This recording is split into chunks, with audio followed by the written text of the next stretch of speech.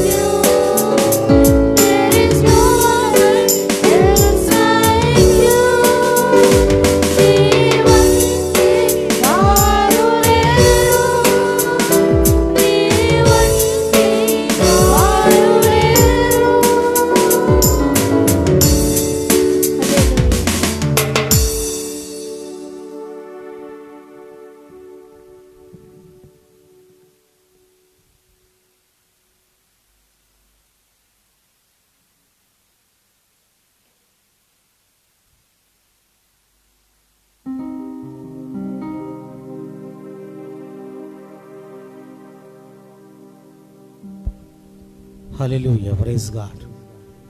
మహిమా స్వరూపుడా, మృత్యుంజయుడా,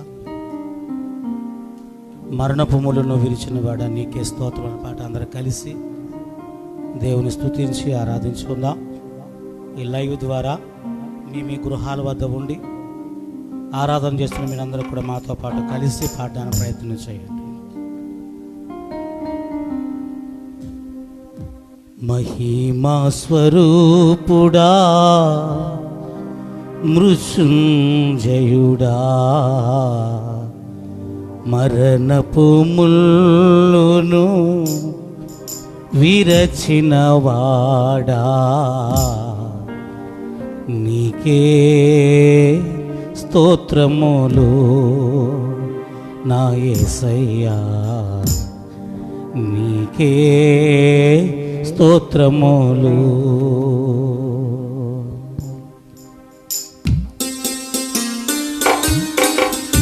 అందరూ చప్పట్లు కొడుతారు.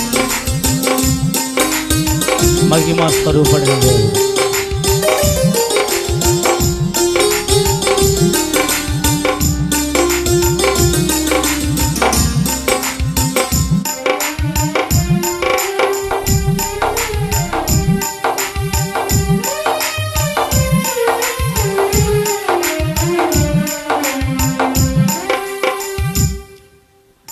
మహిమా స్వరూపుడా, మృత్యుంజయుడా, మరణపు ముల్లును విరచిన వాడా, నీకే స్తోత్రములు నా యేసయ్యా, నీకే స్తోత్రములు, నీకే స్తోత్రములు నా యేసయ్యా, నీకే స్తోత్రములు. గ్లోరీ.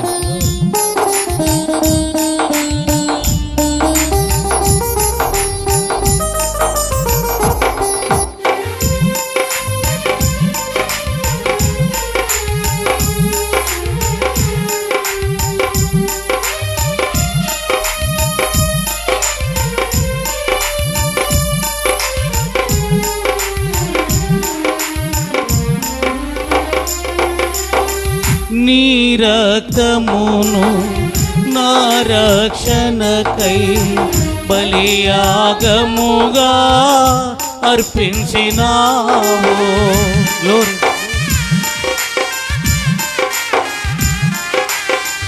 నీ రక్తమును నా రక్షణకై బలియాగముగా అర్పించినావు.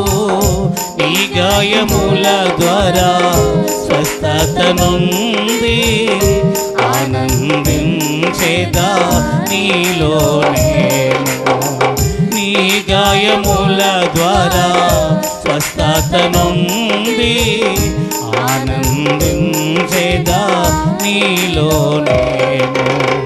మహిమా స్వరూపుడా, మృత్యుంజయుడా, మరణపు ముల్లును విరచిన వాడా, నీకే స్తోత్రములు నా యేసయ్యా, నీకే స్తోత్రములు, నీకే స్తోత్రములు నా యేసయ్యా, నీకే స్తోత్రములు. ఆమేన్. స్తోత్రం.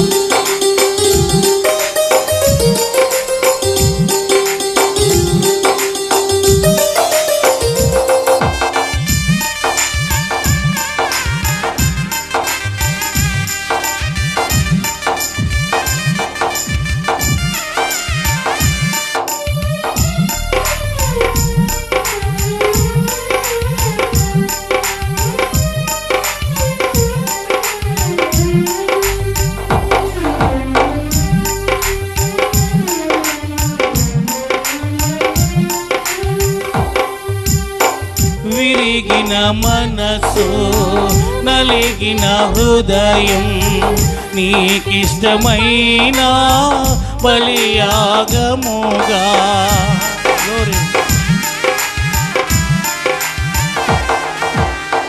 విరిగిన మనసు నలిగిన హృదయం నీకిష్టమైన బలియాగముగా నీ చేతిలోనే విరచిన రొట్టెనై ఆహారమోదును అనేకులకు నీ చేతితోనే విరచిన రొట్టెనై ఆహారమోదును అనేకులకు మహిమా స్వరూపుడా మృత్యుంజయుడా మరణపు ముల్లును విరచిన వాడా నీకే స్తోత్రములు నా యేసయ్యా నీకే స్తోత్రములు గ్లోరీ నీకే స్తోత్రములు నా యేసయ్యా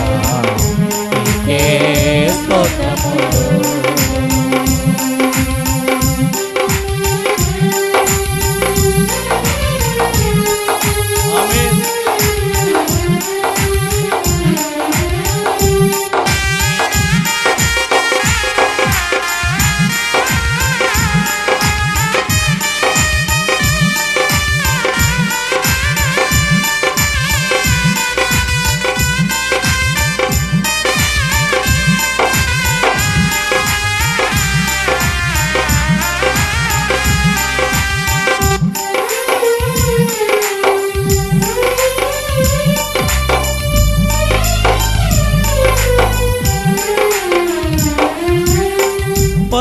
పరిశుద్ధాత్మా ఫలములు పొంది పరిపూర్ణమైన జ్యేష్ఠుల సంగమై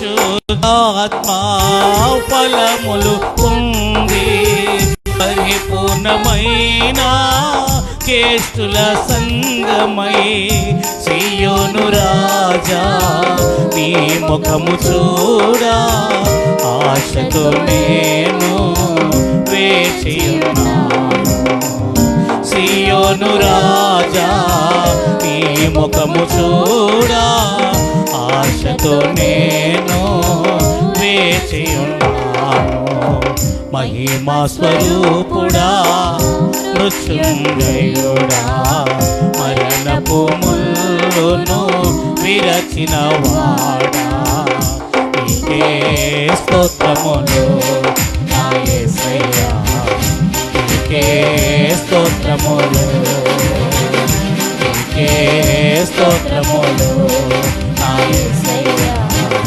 నీకే స్తోత్రములు నీకే స్తోత్రములు నా యేసయ్యా నీకే స్తోత్రములు నీకే స్తోత్రములు నా యేసయ్యా నీకే స్తోత్రములు నీకే స్తోత్రములు నా యేసయ్యా నీకే స్తోత్రములు నీకే స్తోత్రములు నా యేసయ్యా నీకే స్తోత్రములు నీకే స్తోత్రములు నా యేసయ్యా నీకే స్తోత్రములు నీకే స్తోత్రములు నా యేసయ్యా నీకే స్తోత్రములు నీకే స్తోత్రములు నా యేసయ్యా నీకే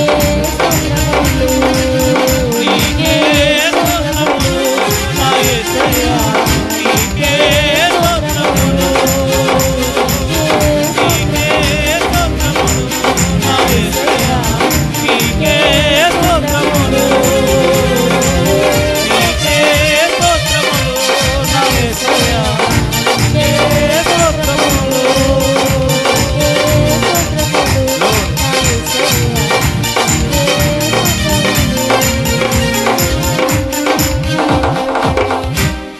విరిగిన మనసు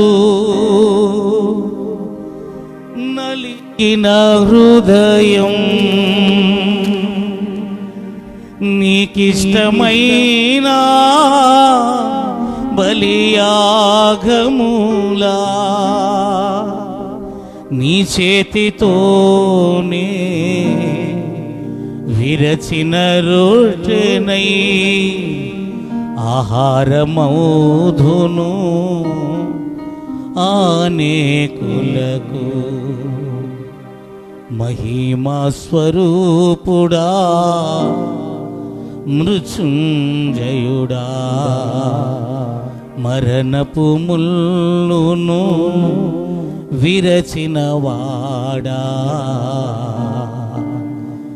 నీకే స్తోత్రములు నా యేసయ్యా, నీకే స్తోత్రములు. మహిమా స్వరూపుడా, మహోన్నతుడా, సర్వశక్తుడైన నా యేసయ్యా, ఈ యొక్క ఉదయకాల సమయంలో ఈ పునరుద్ధాన దినమున నీ సన్నిధిలో నిలిచి నీకు స్తోత్రించడానికి ఇచ్చిన కృపను బట్టి నీకు స్తోత్రాలు. విరిగిన మనస్సు, నలిగిన హృదయము నీకు ఇష్టమైన బలియాగమని నీ చేతితో విరిచిన రొట్టెను ఆశీర్వదించు దేవుడు అని నీ మహిమను, నీ మహోన్నత శక్తిని, నీ సర్వశక్తిని మేము తెలుసుకునే మనోనేత్రాలు మాకు అనుగ్రహించండి. ఈ యొక్క ఉదయకాల సమయంలో చక్కని పాటల ద్వారా పరవశించి నీ సన్నిధిలో స్తుతించే కృప మాకు ఇచ్చాం. నీ శ్రేష్టమైన వాక్య ఉపదేశము చేత మాతో మాట్లాడి మహిమ, ఘనత, ప్రభావం నీ నామానికే సమకూర్చుకోమని, ఈ కూడిక అదునంత వరకు నీ ఆత్మీయ నడిపించమని, ఎందరైతే ఈ లైవ్లో వారి గృహాల వద్ద ఉండి నిన్ను స్తుతిస్తున్నారో, నిన్ను ఆరాధిస్తున్నారో ప్రతి కుటుంబాన్ని అత్యధికంగా దీవించి ఆశీర్వదించమని, నీ సన్నిధి వారి మధ్య ఉంచమని యేసు పరిశుద్ధ నామమున అడుగుచున్నాము తండ్రి, ఆమేన్. హల్లెలూయా.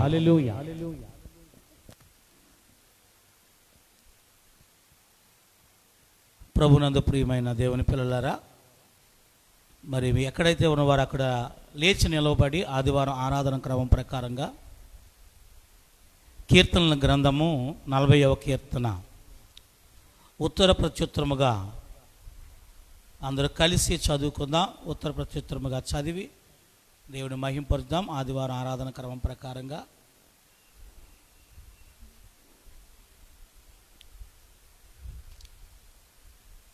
యెహోవా కొరకు నేను సహనముతో కనిపెట్టుకొంటిని, ఆయన నాకు చెవియొగ్గి నా మొర ఆలకించెను.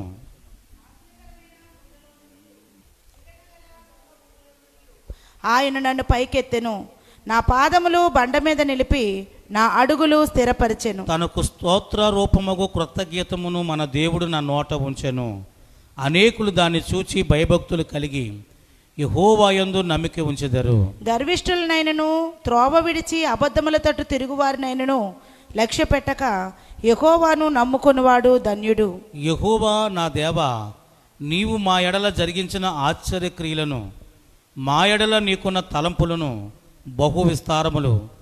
వాటిని వివరించి చెప్పేదని అనుకుంటున్నా, అవి లెక్కకు మించి ఉన్నవి.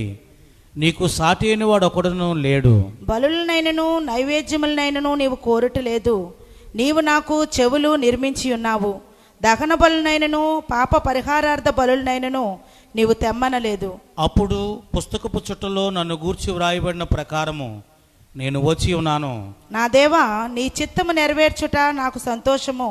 నీ ధర్మశాస్త్రము నా ఆంతర్యములోనున్నది. నా పెదవులు మూసుకొనుక మహాసమాజములో నీతి సువార్తను నేను ప్రకటించి ఉన్నాను అని నేనంటిని. యెహోవా, అది నీకు తెలిసే ఉన్నది. నీ నీతిని నా హృదయములో ఉంచుకొని నేను ఊరకుండలేదు. నీ సత్యమును నీ రక్షణను నేను వెల్లడి చేసి ఉన్నాను. నీ కృపను నీ సత్యమును మహాసమాజమునకు తెలపక నేను వాటికి మరుగు చేయలేదు. యెహోవా, నీవు వాత్సల్యమును నాకు దూరము చేయవు. నీ కృపాసత్యములు ఎన్నడూ నన్ను కాపాడును గాక. లెక్కలేని అపాయములు నన్ను చుట్టుకొని ఉన్నవి.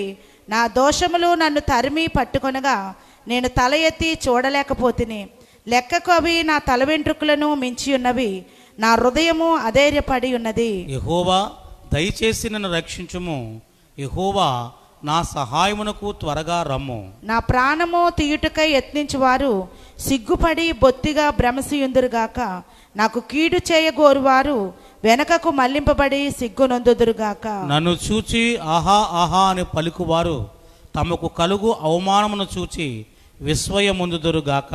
నిన్ను వెదకువారందరూ నిన్ను గూర్చి ఉత్సహించి సంతోషించుదురుగాక. నీ రక్షణ ప్రేమించువారు యెహోవా మహిమపరచబడునుగాక అని నిత్యము చెప్పుకొందురుగాక. నేను శ్రమల పాలే దీనుడినైతిని, ప్రభు ప్రభువు నన్ను తలంచుకొనుచున్నాడు. నాకు సహాయము నీవే, నా నా రక్షణకర్తవు నీవే. నా దేవా ఆలస్యము చేయకుము. దేవుడిచ్చిన వాక్యమును ఆయన పరిశుద్ధ వేదికలో దీవించునుగాక. దయించి అందరూ కూర్చుందాం. ప్రభు నామం స్తోత్రములు. మీ అందరికీ నా ప్రత్యేకమైన శుభావందనాలు. ఈరోజు మరి లైవ్లో ఆరాధనలో పాల్గొంటున్న ప్రతి కుటుంబానికి, ప్రతి బిడ్డలకు కూడా, ముఖ్యంగా ఏలియా మినిస్ట్రీ సంఘ సభ్యులుగా ఉన్న ఆయా గ్రామాల్లో, పట్టణాల్లో ఉన్న సంఘాలకు ప్రత్యేకమైన శుభావందనాలు ప్రభువైన యేసుక్రీస్తు నామమున బట్టి తెలియపరుస్తున్నాను. గత దినములన్నీ కూడా ఆయన ఆరోగ్యకరమైన రెక్కల చాటున దేవుడు మనల్ని ఈ విపత్కర పరిస్థితుల్లో కాచి కాపాడినందుకే ఆయనకు వేదాస్తుతులు చెల్లిందాం. అందరూ స్తోత్రాలు చెల్లిందాం. హల్లెలూయా. మరి ఈ యొక్క పరిస్థితులలో మరి ఎవరైనా బలహీనలుగా ఉన్నట్లయితే మరి ఎవరు కూడా భయపడకండి. ఎందుకనగా మరి ఈ కాలము మరి జ్వరాలు, రొంపలు, దగ్గులతోన కాలం. మరి ఏదో మనకేదో సంభవిస్తుంది అనుకోకండి. మరి దేవుడు మనకున్నాడు. మరి ఏదేమైనా దేవుడు కృపలో, దేవుడు హస్తాల్లో మనం ఉన్నాం. ఐగుప్తు తెగుల్లో ఏ కీడు మన గుడారాన్ని సమీపించదు, ఏ హాని చేయదు. దేవునికి స్తోత్రం. మరి దీని కాలం మీ కొరకు, అందరి కొరకు మరి నేను ప్రార్థిస్తున్నాను. మరి నా కొరకు, నా కుటుంబం కొరకు కూడా మీరందరూ మీ అనుదిన వ్యక్తిగత ప్రార్థనలో జ్ఞాపకం చేసుకోండి. పరిచర్య కొరకు ప్రార్థన చేయండి. మరి సంఘం కొరకు ప్రార్థన చేయండి. మరి ఎవరు కూడా విశ్వాసంలో కానీ, ప్రార్థనలో కానీ, పరిశుద్ధతలో కానీ, సహవాసంలో కానీ తొట్టిల్లకుండా మరి ప్రభువులో మరి వారు ఆత్మీయ జీవితంలో ఎదగడానికి మరి ప్రతి ఒక్కరు కూడా మీ అనుదిన ప్రార్థనలో మరి మీ సహోదరుల కొరకు భారం కలిగి, అలాగే ప్రస్తుత ఈ ప్రపంచ పరిస్థితుల కొరకు కూడా భారం కలిగి ప్రార్థన చేయమని ఒక దినదాసుడిగా మిమ్మల్ని నేను ప్రాధేయపడుతున్నాను. మరి దినకాల సమయంలో చదవబడిన లేఖనము మరి దావీదు మరి రచించిన కీర్తనలో కీర్తన 40వ కీర్తన మనము చాలాసార్లు మరి ధ్యానం చేసాం. మరి దినకాల సమయంలో మరి ఈ యొక్క దావీదు దేవుడి కొరకు, దేవుడు చేసిన దేవుని దగ్గర నుంచి కార్యములు పొందడానికి సహనంతో ఆయన కనిపెట్టుకున్నాడట. మరి సహనము మరి అలాగే ఎందుకు దేవుడి వైపు మనం చూడాలి, ఎందుకు దేవుడి మీద మనం సహనంతో ఆయన కొరకు కనిపెట్టుకోవాలంటే మనము నాశనకరమైన గుంటలో నుండి, జిగటగల దొంగ ఊబిలో నుండి మరి రాత్రి శనివారం ఉపవాస ప్రార్థనలో మనం తెలుసుకున్నాం. మరి మిద్యానీయులు అనే శత్రువులు మరి చాలా ఇశ్రాయేలు ప్రజలకి సమీపంగా మరి ఇదనకాల సమయంలో మిద్యానీయులు, మోయాబీయులు మరి ఇశ్రాయేలు ప్రజలు శత్రువులను మరి తరిమి నాటని, తోటలను కట్టని మరి ఆ యొక్క గృహాలను మరి సరంబిగల గృహాలను వారికి ఇచ్చాడు, ఆశీర్వదించాడు. అయితే వీరు ఏమాత్రం అజాగ్రత్తగా ఉన్న శత్రువు పొంచి ఉన్నది. మరి మిద్యానీయులు మరి భయంకరమైన ఈ శత్రువు పొంచి ఉన్నది. మరి దినకాల సమయంలో గిద్యోనును మరి దేవుడు బలము తెచ్చుకో, గిద్యోను నువ్వు బలము తెచ్చుకొని దేవుని సన్నిధిలో నువ్వు ప్రార్థన చేయి, యుద్ధము నేను చేస్తాను. మరి దినకాల సమయంలో అతి స్వల్పమైన మనుషులతో గిద్యోనుకు గొప్ప విజయాన్ని మరి ఆ మిద్యానీయుల పట్ల, ఆ మోయాబీయుల పట్ల మరి గిద్యోనుకు విజయం ఇచ్చినట్లుగా రాత్రి మనం తెలుసుకున్నాం.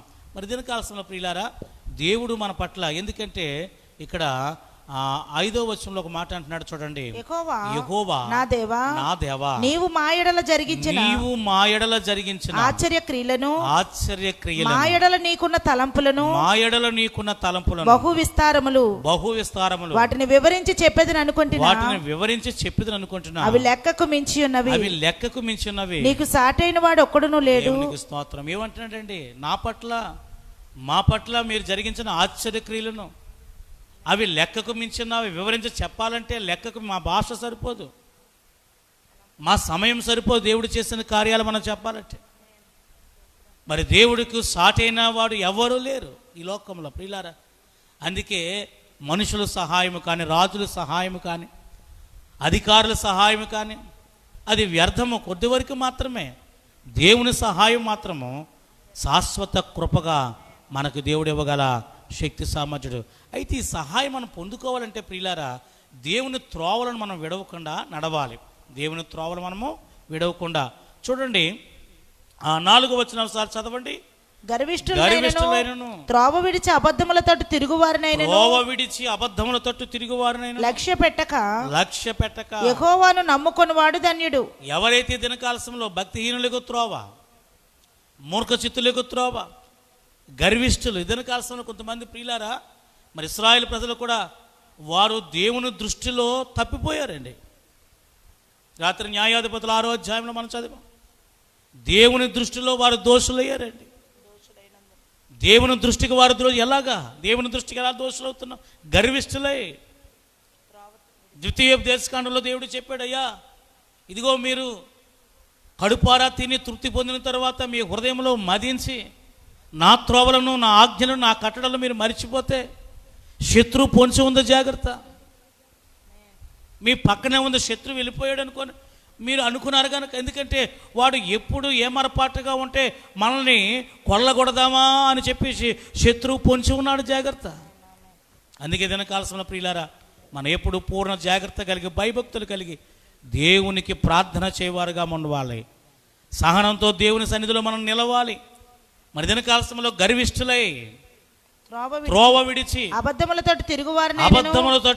తిరుగువారినైనను, దినకాలశంలో దేవుని మాట సత్యమై ఉన్నది. ఈరోజు చాలామంది క్రైస్తవులకి దేవుని మాట అక్కర్లేదండి. కొంతమంది చాలా వాక్యం లేని మందిరాలను ఎత్తుకుంటున్నారండి. పాటలతోనే వెళ్ళబోస్తున్నారు కొంతమంది దేవుని వాక్యం లేకుండా కథలు, లోక సంబంధమైన పాఠాలు, లోక సంబంధమైన విషయాలు, దేవుని వాక్యంతో సరిచూస్తూ ఆత్మీయ అనుభవం చేత మన జీవితాన్ని దిద్దుబాటు చేసుకునే వాక్యం, పరిశుద్ధాత్మ అభిషేకము కలిగిన వాక్యము చేత మనము మన జీవితాన్ని సరిదిద్దుకోవాలి. ఈరోజు దినకాలశంలో దేవుని యందు భయభక్తులు లేని వారు ఇష్టానుసారంగా, ఎవరి ఇష్టానుసారంగా వారుగా, వారు మనసుకు తోచినట్లుగా, వారు ఆలోచన తోచినట్లుగా, వారి యొక్క తలంపులకు తోచినట్లుగా జీవించేవారు చాలామంది క్రైస్తవులుగా చెప్పుకుంటున్న వారు నేడు కనబడుతున్నారు. దేవుని భయం వారి జీవితంలో బొత్తిగా లేదు. వారందరూ త్రోవ తొలగి అబద్ధములతో తిరుగుతున్నారు. చెడిపోయిన మనస్సులు కలిగిన వారండి. వీళ్ళెవరో తెలుసా? దేవుణ్ణి సరిగ్గా ప్రత్యక్షపరచబడిన దేవుని చూడలేని వారు, దేవుని చూడలేని వారు. ఇది క్రైస్తవ సహోదరులారా, దేవుని ఎప్పుడైతే నువ్వు సరిగ్గా ప్రత్యక్షపరచబడిన మనస్సును దేవుని సరిగా చూసేవారు, మన జీవితంలో దేవుడు ఎప్పుడు కూడా మనం విడిచిపెట్టే దేవుడు కాదు. దేవునికి స్తోత్రం. దీని కాలశంలో కొన్ని మాటలు చూద్దాం. చూడండి, 40వ కీర్తన గ్రంథంలోనే మన దేవుని యొక్క స్వభావం ఎటువంటిదో ఓసారి చూద్దాం. చూడండి, 6వ వచనం ఒకసారి చదవండి.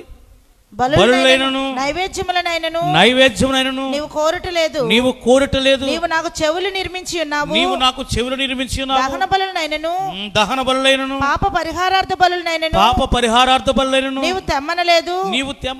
దేవుడి దగ్గర కాల్సం నీ దగ్గర నుంచి ఏదో కోరే దేవుడు కాదు, నీ జీవితాన్ని నిలబెట్టే దేవుడు. నువ్వు దేవుడిని నిలబెట్టాల్సిన పనేమి లేదండి, నిన్ను నిలబెట్టే దేవుడు ఆరాధిస్తున్నది. నీవు మోసే దేవుడు కాదు, నిన్ను ఆయన భుజాల మీద మోసే దేవుడు. ఆయన మహిమా స్వరూపుడు, ఆయన సర్వోన్నతుడు, ఆయన సర్వశక్తుడు. ఈ 3 విషయాలు ఎవరు తెలుసుకుంటారంటే మనోనేత్రం వెలిగించబడిన వారు మాత్రమే తెలుసుకుంటారు. దేవుణ్ణి సరిగ్గా నువ్వు ప్రత్యక్షపరచ చూడట్లేదు, నువ్వు చూడట్లేదు. మన యొక్క మనోనేత్రాలకు కలిగిస్తుంది.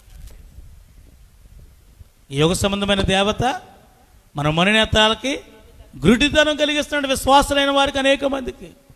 కొంతమంది అనుకుంటున్నారు మేము ఎలా ఉన్నా పర్లేదు, దేవుడి కానుక ఇచ్చేస్తే పర్లేదు. దేవుడు నీ కానుకలతో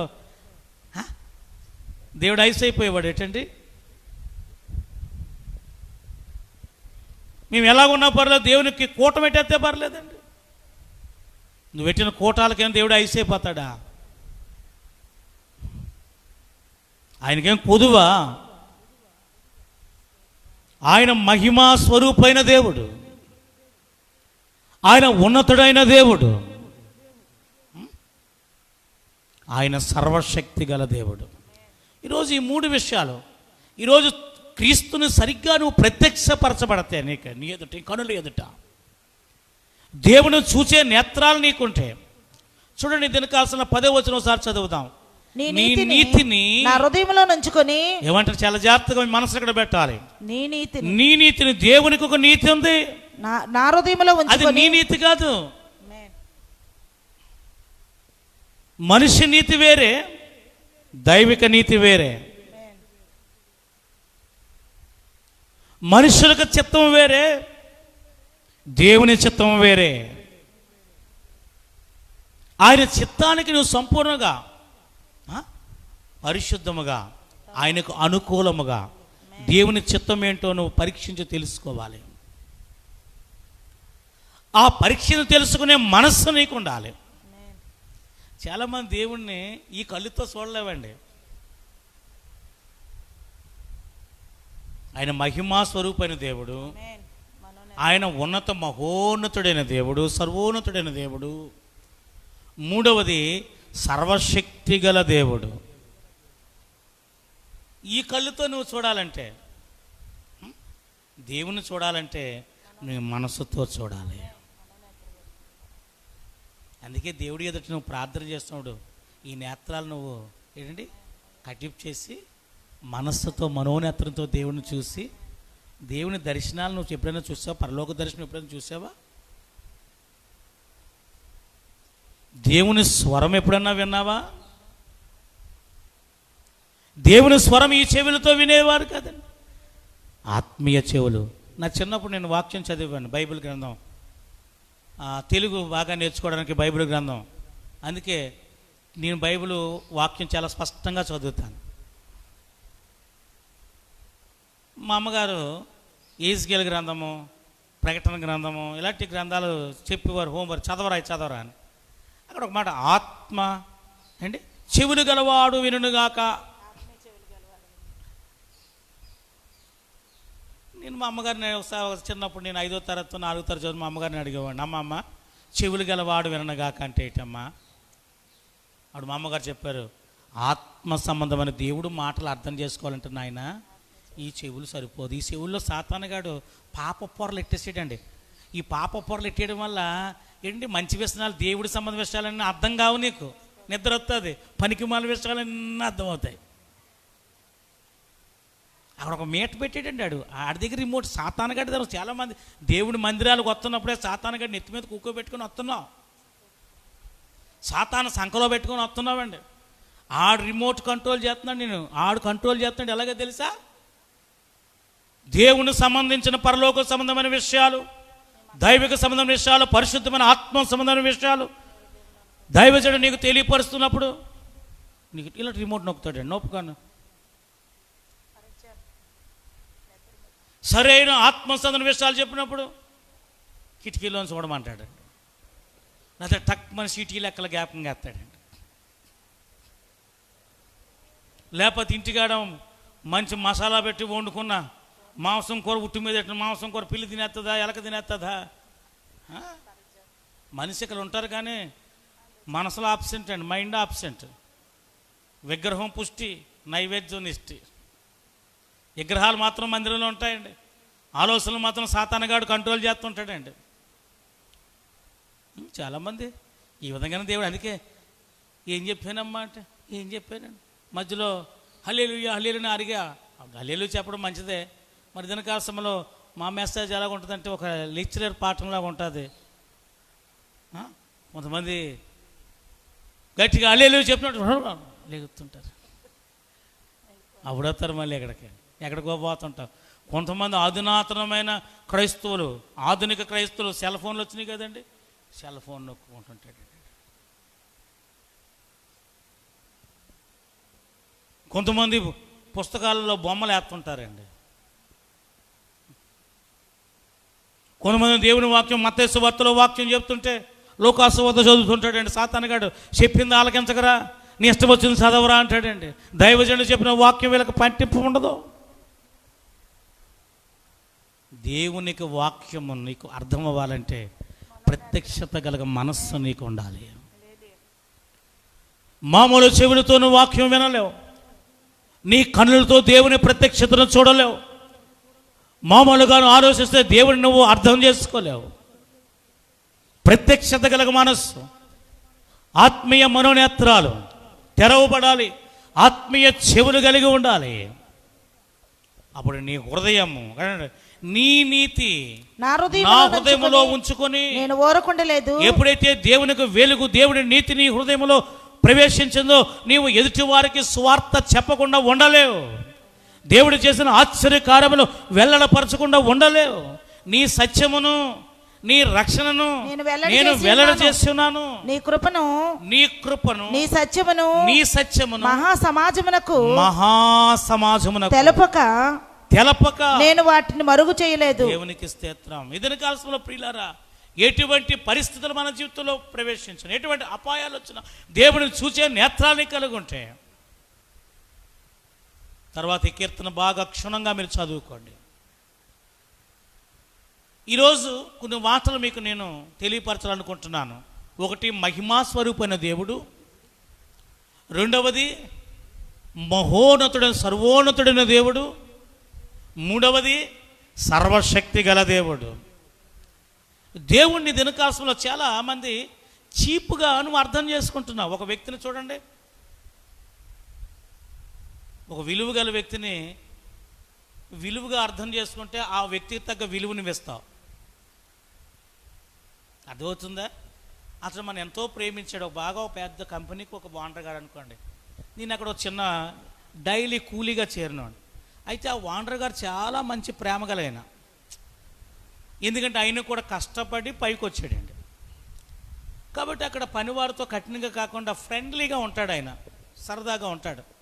అలాగ నన్ను చనువిచ్చాడని నెత్తెక్కే స్వభావాలు కొంతమంది ఉంటాయి. అర్థమవుతుందా?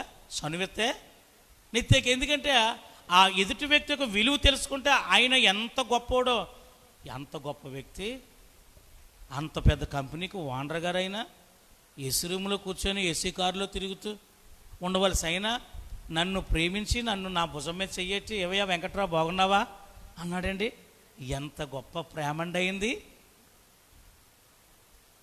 ఆ మనిషికి విలువ తెలిస్తే, నా వ్యక్తిత్వం మంచిదైతే, అద్భుతండి, అయ్యా ఎంత గొప్ప వారు, మీరు నన్ను ఈ విధంగా పిలిచారయ్యా. ఎందుకంటే మీ ఇద్దరు, అదేంటి వెంకట్రావు, మన ఇద్దరం కలిసి కదా ఒకే స్కూల్లో చదువుకున్నాం, నేను ఇప్పుడు కంపెనీకి ఓనర్ అయినా మన ఇద్దరం స్నేహితులమయ్యా అన్నాడండి. చూసారు ఎంత ప్రేమ. ఈయన పొంగిపోతాడు, అందరికీ చెప్పుకుంటాడండి. ఆ ఓనర్ గారు నన్ను ఎంత ప్రేమిస్తారో తెలుసండి. అయినా నేను చదువుకున్న విషయం, ఇప్పుడు 2వ తరగతిలో 3వ తరగతిలో చదువుకున్న విషయం ఆయన జ్ఞాపకం పెట్టుకొని నా దగ్గరికి వచ్చి ఆయన మాట్లాడాడు. ఎంత గొప్ప ప్రేమ అయినది అందరికీ చెప్పుకుంటాడు. ఇదిని కాల్సిన సర్వోన్నతుడు, మహిమాస్వరూపైన దేవుడు, సర్వోన్నతుడైన దేవుడు, సర్వశక్తి కలిగిన దేవుడు, ఆయన నిన్ను ప్రేమించి నీ కొరకు ఆయన ప్రాణం పెట్టి నిన్ను వెన్నుదన్నుగా ఉన్న నీ దేవుడి యొక్క కృపను చెప్పకుండా ఉంటావా? అదే వీడు సరిగ్గా మంచి వ్యక్తిత్వం కాదని సీప్ మెంటాలిటీ అండి. ఆడా ఇప్పుడు అలాగే ఏడికానే చుడుగానే, లేకపోతే నేను అలాగ అవుతున్నా, ఇద్దరం కలిసి చదువుకున్నా, కనికిలు లేకపోతే నేను ఇచ్చివ్వండి. వీడి వ్యక్తిత్వం ఏంటిదంటే, ఆ వ్యక్తి ప్రేమను అర్థం చేసుకోలేదండి. అతను దిగొచ్చి అంతలా ప్రేమిస్తే ఈడు అంటున్నాడండి. వీడి మెంటాలిటీ చీప్ మెంటాలిటీ అండి. దేవుని విలువ నువ్వు తెలుసుకుంటే, నీ హృదయం దేవుడి పట్ల సరైందంటే, ఆయన ఎప్పుడు నువ్వు మహిమాస్వరూపుగా ఎంచుతావు, ఆయన ఎప్పుడు మహిమపరుస్తావు, ఆయన ఎప్పుడు ఘనపరుస్తావు. ఆయన ఎదుట నిన్ను నువ్వు తగ్గించుకోండి. దావీదు అంటున్నాడు, అయ్యా నేను ఎందుకు పనికిరాని వాడినయ్యా నీ ఎదుట. అసలు నేను నన్ను జ్ఞాపకం చేసుకోండి, నరుడు నన్ను జ్ఞాపకం చేసుకోవడానికి నేను ఏ పాటి వాడిని? ఒక్కసారి నువ్వు అలాగ జాగ్రత్తగా నన్ను నా పాపాలని ఎంచితే నీ ఎదుట అసలు నిలబడేటకు అర్హత కలిగి వాడినా నేను? తల్లి గర్భంలోనే పిండముగానే నేను పాపుగా పుట్టాను. నా బాల్య పాపాలను జ్ఞాపకం చేసుకోకుండా విడిచిపెట్టావు కాబట్టి నీ ఎదుటి నిలవగలుగుతున్నాను దావీదు అంటున్నాడు. ఒకసారి దేవుడి శక్తిని నువ్వు కనుగొన్నావా? ఆయన విలువేంటో నువ్వు తెలుసుకున్నావా? ఓసారి చూడండి, దేవుని ప్రత్యక్షత కలిగిన అబ్రహాము దేవుని కొరకు ప్రార్థిస్తున్నాడు, నిజమైన దేవుడు. ఈరోజు చాలామంది నిజమైన దేవుడిని తెలియక, చూడండి రోమీలు రాసిన పత్రికలో ఒక మాట ఉంటుంది చూడండి. రోమీలు రాసిన పత్రిక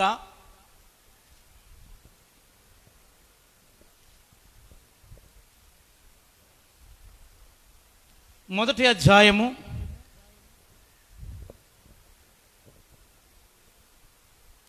19 నుంచి కొన్ని మాటలు చదువుదాం. ఎందుకనగా దేవుని గూర్చి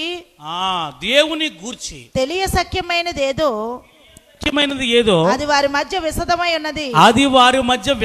ఉన్నది. దేవుడు అది వారికి విశదపరిచెను. దేవుడు తెలియపరిచాడు దేవుని యొక్క మహిమను, దేవుని యొక్క ఉన్నతమైన శక్తిని. ఆయన సర్వశక్తి సంపన్నుడు, ఆయన శక్తిని వెల్లడపరిచాడు దేవుడు. కానీ విశదమై ఉన్నది ఆయన అదృశ్య లక్షణములు అనగా ఆయన నిత్య శక్తియు దైవత్వమును జగదుత్పత్తి మొదలుకొని సృష్టింపబడిన వస్తువులను ఆలోచించుట వలన తేటపడుచున్నవి గనుక వారు నిరత్తురులై ఉన్నారు. మరియు వారు దేవుని ఎరిగియు ఆయనను దేవునిగా మహిమపరచలేదు. కృతజ్ఞతాస్తుతులు చెల్లింపను లేదు. కానీ తమ వాదముల యందు వ్యర్థులయ్యారు. వారు దేవుని సరిగ్గా నువ్వు తెలుసుకుంటే దేవుడు నీ పట్ల చేసిన కార్యము ఒకసారి ఈ సృష్టిని చూస్తే కృతజ్ఞతాస్తుతులు చెల్లించకుండా ఉండలేవు. మొన్న ఒక డాక్టర్ గారు చెప్తున్నారండి, ఈ కరోనా వైరస్ బారిన కొంతమంది రోగులకి వైద్యం చేయడం వల్ల మరి అతని హాస్పిటల్లో ఉన్న స్టాఫ్కు కరోనా వైరస్ సోకింది. ఈ కరోనా వైరస్ సోకిందని చెప్పగానే వారికి ఇంటికి పాలేసి పాలోడు కూడా రాలేదంటే విడిపెట్టేసేటండి. అందరూ వెళ్తే డాక్టర్ ఆయన దగ్గర వైద్యం చాలామంది చేయించుకునేవారు. అనేక మందికి వైద్యం చేయడం వల్ల ఆయనకు వచ్చిందండి ఆయన స్టాఫ్కి. అప్పుడు ఆయన అనుకున్నాడు, అని చూసారా మనుషుల బుద్ధి ఎలాంటిదో.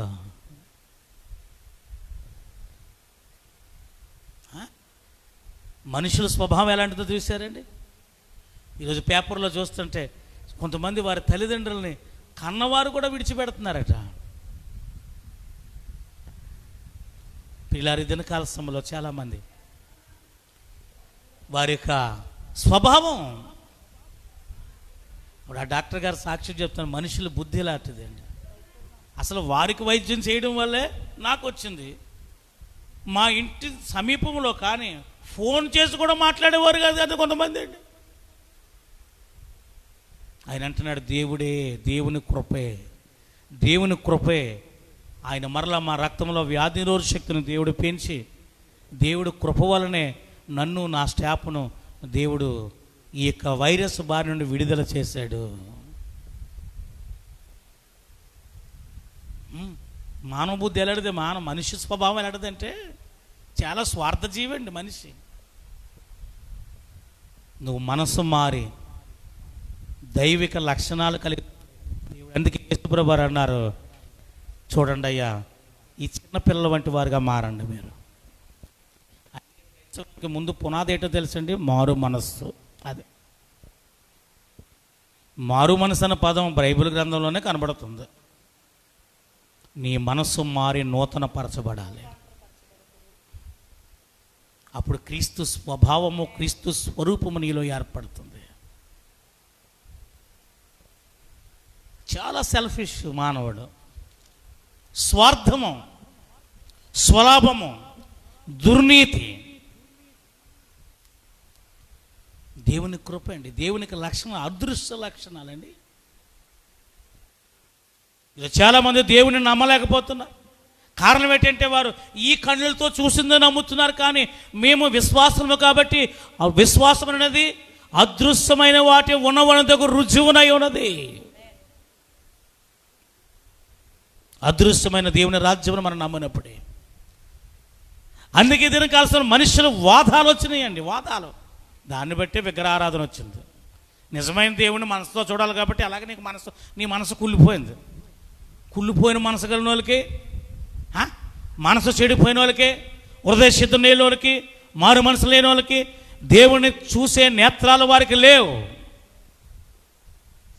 ఎలాగ మనం దేవుడు చూడలేం కాబట్టి కనబడింది సెట్టే దేవుడా, దానికి ఎట్టే పట్ల ఈ రాయి చూడు ఎలాగుందో, ఈ రాయే దేవుడు. మొన్నప్పుడు పేపర్లు వేసారండి, కొంచెం బొబ్బాస్గా ఏదో కొంచెం తేడా వచ్చి ఇలాగ ముట్టిని ఇలా సౌలు వచ్చినట్టు వచ్చిందంట. దాన్ని ఎవడో ఒకడు చూసేయడంటండి, ఆయన చేయండి దానికి పూజలు చేయడం మొదలెట్టాడండి. దానికి 4 బొట్లు ఎట్టేటాడండి. ఆ మార్కెట్లో వచ్చిన అందరూ దానికి దండ పెట్టడం మొదలెట్టారు. కొన్నాళ్ళకి 2 రోజులు కుళ్ళిపోయింది ఆ కాయ, కుళ్ళిపోద్ది. మరి దేవుడు కుళ్ళిపోతాడా?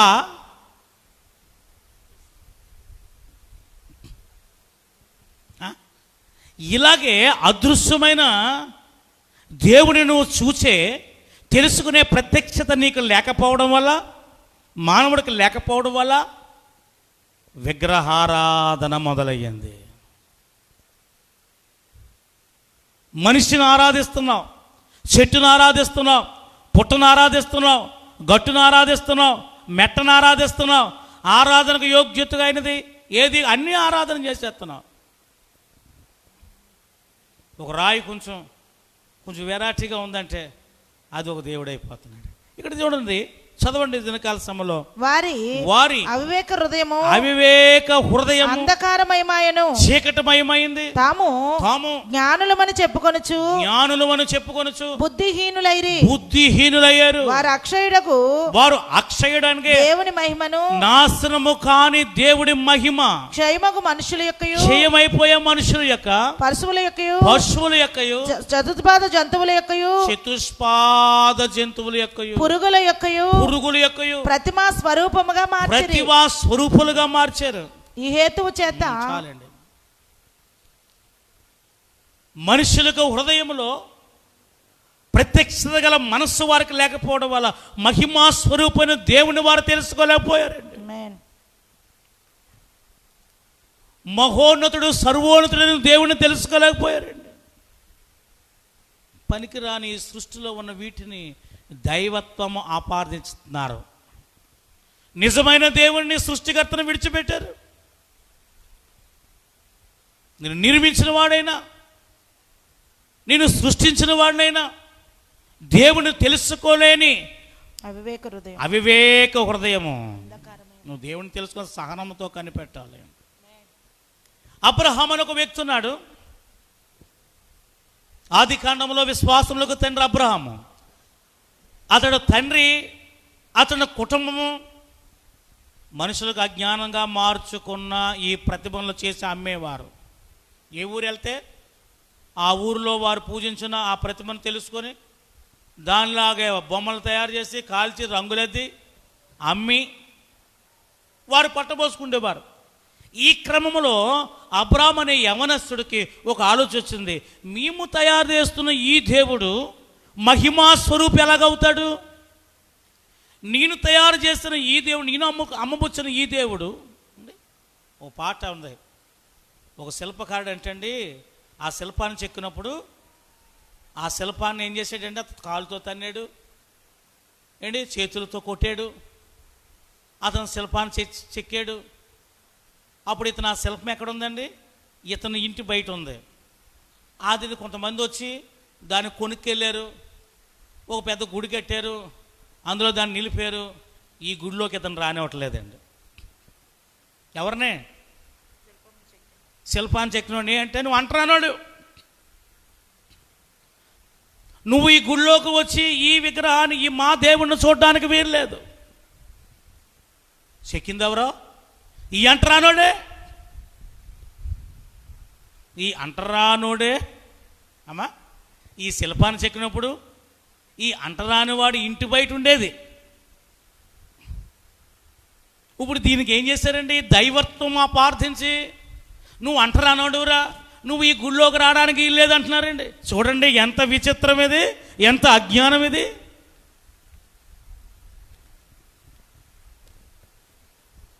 మనిషికి మనసు ఎంత కలమ. ఈ విధంగా నా అబ్రాహాము అనే ఈ వ్యక్తికి ఒక ఆలోచన వచ్చింది. నిజమైన దేవుడిని నిన్ను చూడాలి, నిజమైన దేవుడిని నిన్ను ఆరాధించాలి, ఆయన నాకు ప్రత్యక్షపరచబడాలి అని ఆలోచన వచ్చి మనస్సు నేత్రాలతో మనోనేత్రాలతో దేవుణ్ణి వెతకడం ప్రారంభించాడండి. దేవునికి స్తోత్రం.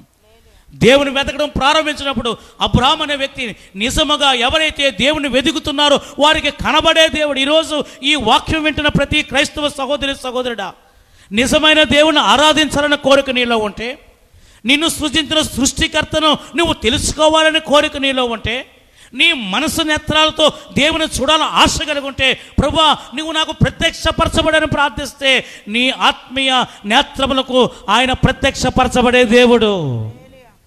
అబ్రాహాము అనే యవనస్తుడు అడుగుతున్నాడు. చూడండి ఒకసారి అపోస్తుల కార్యాలు 7వ అధ్యాయము, అపోస్తుల కార్యాలు 7వ అధ్యాయము 2వ వచనంలో అబ్రాహాము కొరకు చెబుతూ ప్రస్తావిస్తూ స్టెఫెను అనే భక్తుడు చెప్తున్నాడు. చూడండి. అందుకు స్టెఫెను చెప్పినది ఏమనగా 7వ వచనం మొదట చదవండి. ప్రధాన యాజకుడు ఈ మాటలు నిజమేనా అని అడిగాను. ఏమన్నాడండి? ఈ మాటలు నిజమేనా? నిజము. దేవుని గురించిన ప్రత్యక్షపరచబడిన మాటలు నిజము. స్టెఫెన్ అడుగుతున్నాడయ్యా, ఎంత గొప్పగా చెబుతున్నావు, దేవుని చూచినట్లుగా చెబుతున్నావు. స్టెఫెను, దేవుడు నీ సొంతమైనట్టుగా మాట్లాడుతున్నావు, చెబుతున్నావు స్టెఫెన్. యాజకుడు అడుగుతున్నాడు, నిజమేనా? ఈ మాటలు నిజమేనా అని అడిగాను. అందుకు స్టెఫెను చెప్పినదేమనగా సహోదరులారా, తండ్రులారా వినుడి. మన పితరుడైన అబ్రహాము హారానులో కాపురం ఉండక మునుపు మెసొపొతేమియాలో ఉన్నప్పుడు మహిమగల దేవుడు మెసొపొతేమియాలో భయంకర విగ్రహారాధన సంబంధమైన క్రియల్లో ఉన్నప్పుడు మహిమగల దేవుడు అతనికి ప్రత్యక్షమై, ఏ దేవుడు? మహిమగల దేవుడు. ఆమేన్. ఆయనకు ప్రత్యక్షమై నీవు నీ దేశమును నీ స్వజనమును విడిచి బయలుదేరి నేను నీకు చూపించబోవు దేశమునకు రమ్మని. స్తోత్రం. నేను నీకు చూపించబో దేశమునకు నేను చూపించిన త్రోవలో నడువు నువ్వు, నేను నిన్ను ఆశీర్వదిస్తాను. ఎందుకనగా నేను మహిమగల దేవుడును. ఎవరు? మహిమగల దేవుడు. అందుకేనండి మనకి గొప్ప సంతోషం. కొంతమంది అనుకుంటారు, ఏట్రా వీళ్ళ దగ్గర ఏమీ లేదు, గొప్ప కులం కాదు, ధనవంతులు కాదు, రాజులు కాదు, ఏంటి వీళ్ళకి ధైర్యము? మహిమగల దేవుణ్ణి మనం తెలుసుకున్నాం. మనం ఆరాధిస్తున్న దేవుడు మహిమగల దేవుడు. దేవుడు మనం విడవని దేవుడు. తల్లి విడిచినా, తండ్రి విడిచినా, ఎవరు విడిచినా దేవుడు. మరణములో నిన్ను విడిచిపెట్టకుండా నిన్ను హత్తుకునే దేవుడు. అర్థమవుతుందా ప్రియులారా?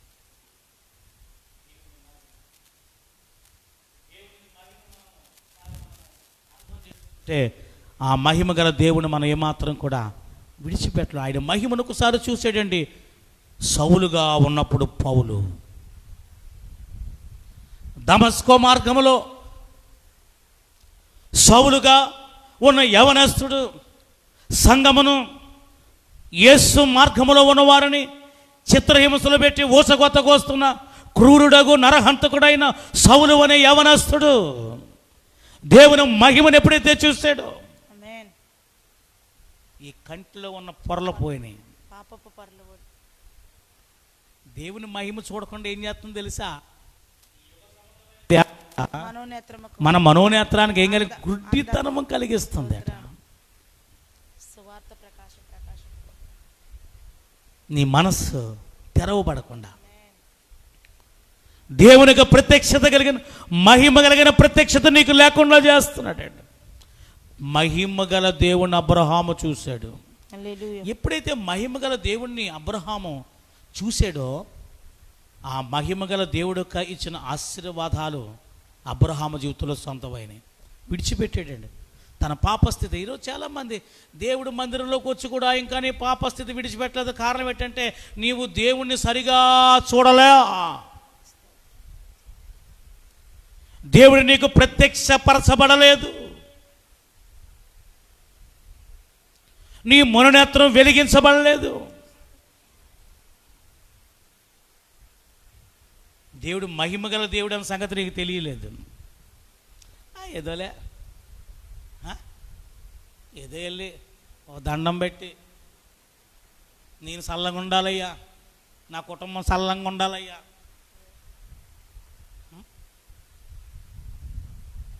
మేము బాగా డబ్బు సంపాదించుకోవాలయ్యా, మేము 4 మేడలు కట్టాలయ్యా, 10 కేజీలు వెండి సంపాదించాలయ్యా, 5 కేజీలు బంగారం.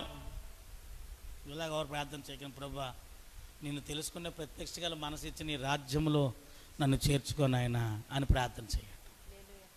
అప్పుడు ఈ భూమి మీద బతికినంత కాలం ఏ లోటు లేకుండా దేవుడిని కడతాడు. ఏం తినేస్తావు? పూట తినమంటే తినగలవా?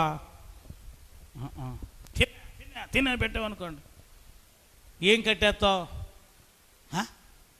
ఒక 30 జతలు ఇచ్చి రోజుకో జత ఇచ్చేసి కట్టుకుంటూ ఉతుక్కోలేక సత్తావు.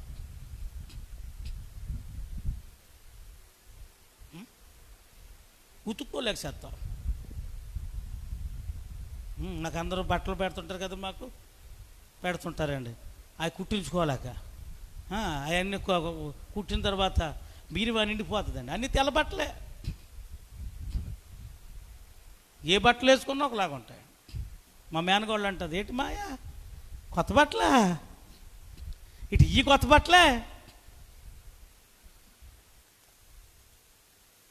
ఇప్పుడు కొడుకు బెహరాన్ వెళ్ళాను, బెహరాన్ వెళ్తే అక్కడ కూడా ఈ బట్టలు వేసుకుంటే, ఇక్కడ కూడా నీకు ఈ బట్టలేనా? ఇక్కడ కూడా నువ్వు పాస్టర్వేనా? ఊరి భూమి మీద ఈ ప్రపంచంలో ఎక్కడికి వెళ్ళినా నేను పాస్టర్నే. ఇక్కడ నువ్వు ఫాదర్వేనా? బెహరాన్లో కూడా దేవుడు పిలిచిన పిలుపు చాలా ఎన్నిక. నువ్వు ఎక్కడైనా సరే రాజువే, ఎక్కడైనా నువ్వు క్రైస్తవుడివే.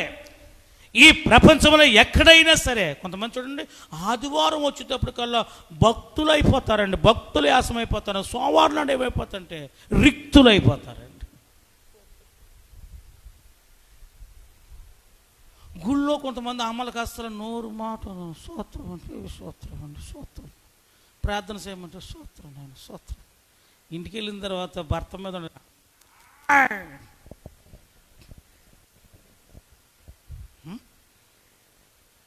మహాకాళీల్లో పడిపోతుంటారండి పిల్లల మీద. అప్పుడు సౌండ్ ఫుల్ సౌండ్ ఉన్నాయి. మళ్ళీ చిన్న యాంప్ కదండి, పవర్ యాంప్. బాయ్ అని వస్తుంటే గొడవల్లో కొంతమంది అబ్బా గొడవల్లో వస్తుంటుందండి అరుపులు. మరి ఇదని కాదు దేవుని ఆరాధించానుకో, హల్లెలూయా చెప్పండి మా హల్లెలూయా అంట. గంటకొకడికి సచ్చివాళ్ళకండి అస్సలు నోటంటే మాట రాదండి. ఓసారి ఓ సహోదరి పాప వచ్చినప్పుడు అలా ప్రార్థనకు వస్తుండే, రావడమే కుర్చీలో కూర్చో పర్లేదని కూర్చొని ప్రార్థన చేసుకోలేవు. గుండంతా నీరసం వచ్చేస్తుంది. అప్పుడు అంటలేదని ప్రార్థన చేస్తున్నాడు. ఒకసారి నేను యానంలో కారు వేసుకెళ్ళిపోతుంటే, ఎక్కడికి వెళ్తుంది అనుకోండి, ఆదివారం ఆరాధన అయిపోయి వచ్చేస్తుంటే నడుస్తుందండి ఈవిడి, చెంగు నడుతుంది ఆవిడ. చీర ఆవిడకి ఏంటండి వ్యాపారం చూస్తే అబ్బా ఆవిడేనా అరుణ గారేనా అని చూస్తే అరుణ గారే.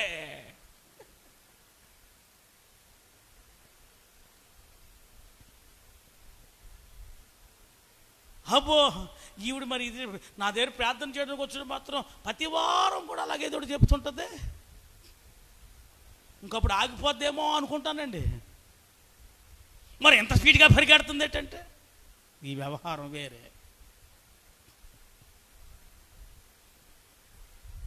కొంతమంది దానికి కాల్సిన దేవుని సన్నిధిలో అబ్బో బయటికి వెళ్ళి చూడాలి అండి. అబ్బా ఈ క్రైస్తవ సహోదరుల దేవుడి మహిమను సరిగ్గా తెలుసుకుంటే ప్రియుల దేవుడి మందిరంలో ఎప్పుడైనా సరే దేవుడు నేను విడిచిపెట్టాడండి. ఎందుకంటే నువ్వు ఆయన సరిగా తెలుసుకున్నావు. విడిచిపెడతావు పాప స్వభావము. కొంతమంది చక్కని మాట, పరిశుద్ధుడా పరిశుద్ధుడా బాబు, ఎంత పరిశుద్ధమైన మాటల్లో మాట్లాడుతుంది. ఇంటికి వెళ్ళిన తర్వాత చూడాలండి, నోరిపితే కంగాలి కచ్చిడ బూతులో.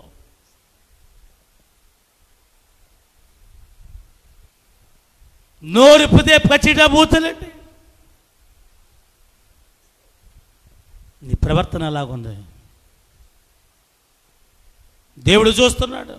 అబ్రహాము విడిచిపెట్టాడండి. నువ్వు మహిమగల దేవుడిని చూస్తే నువ్వు విడిచిపెడతావు. నీ పాత జీవితాన్ని, పాత స్నేహితాలను, పాత ప్రాంతాన్ని, పాత అలవాట్లను విడిచిపెట్టి దేవుణ్ణి వెంబడించాడు అబ్రహాం. మహిమగల దేవుడు ప్రత్యక్షపరచబడ్డాడు. దేవునికి స్తోత్రం. ఇక రెండో విషయం మనం చూద్దాం. చూడండి, ఆదికాండము 14వ అధ్యాయము 18 నుంచి 20 వరకు చదువుదాం. ఆదికాండము 14వ అధ్యాయము. మరియు షాలేము రాజైన మెల్కీషెదెకు రొట్టెను ద్రాక్షారసమును తీసుకొని వచ్చెను. అతడు సర్వోన్నతుడగు దేవునికి యాజకుడు. అప్పుడు అతడు అబ్రహామును ఆశీర్వదించి ఆకాశమునకు భూమికిని సృష్టికర్తయును సర్వోన్నతుడైన దేవుని వలన అబ్రాము ఆశీర్వదింపబడును గాక అనియు నీ శత్రువులను నీ చేతికి అప్పగించిన సర్వోన్నతుడగు దేవుని స్తుతింపబడును గాక అనియు చెప్పెను. అప్పుడు అతడు అన్నిటిలో ఇతనికి 10వ వంతు ఇచ్చెను. దేవునికి స్తోత్రం. ఒకటి, మహిమా స్వరూపైన దేవుడు ఎప్పుడైతే ప్రత్యక్షపరచాడో నీ పాత రోత జీవితాన్ని విడిచిపెడతావు. అప్పుడు ఆశీర్వాదం లేదు. అవి విడిచిపెట్టినంత కొంతమంది చూడండి, దేవుడు ఆశీర్వదిస్తాడు. ఎందుకు ఆశీర్వదిస్తాడు? నిన్ను ఆశీర్వదిస్తే ఇంకొక అంత వడ్డీ వ్యాపారం చేసుకుంటావనా? నిన్ను ఆశీర్వదిస్తే ఆపు తాగేది పులి తాగేస్తావనా?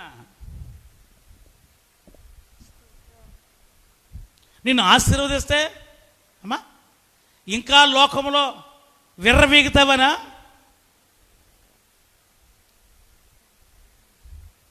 ఎందుకు ఆశీర్వదిస్తాడు? నువ్వు పాత స్వభావాన్ని విడిచిపెట్టావా? మహిమా స్వరూపమైన దేవుణ్ణి ఏమైనా తెలుసుకున్నావా? తెలుసుకుంటే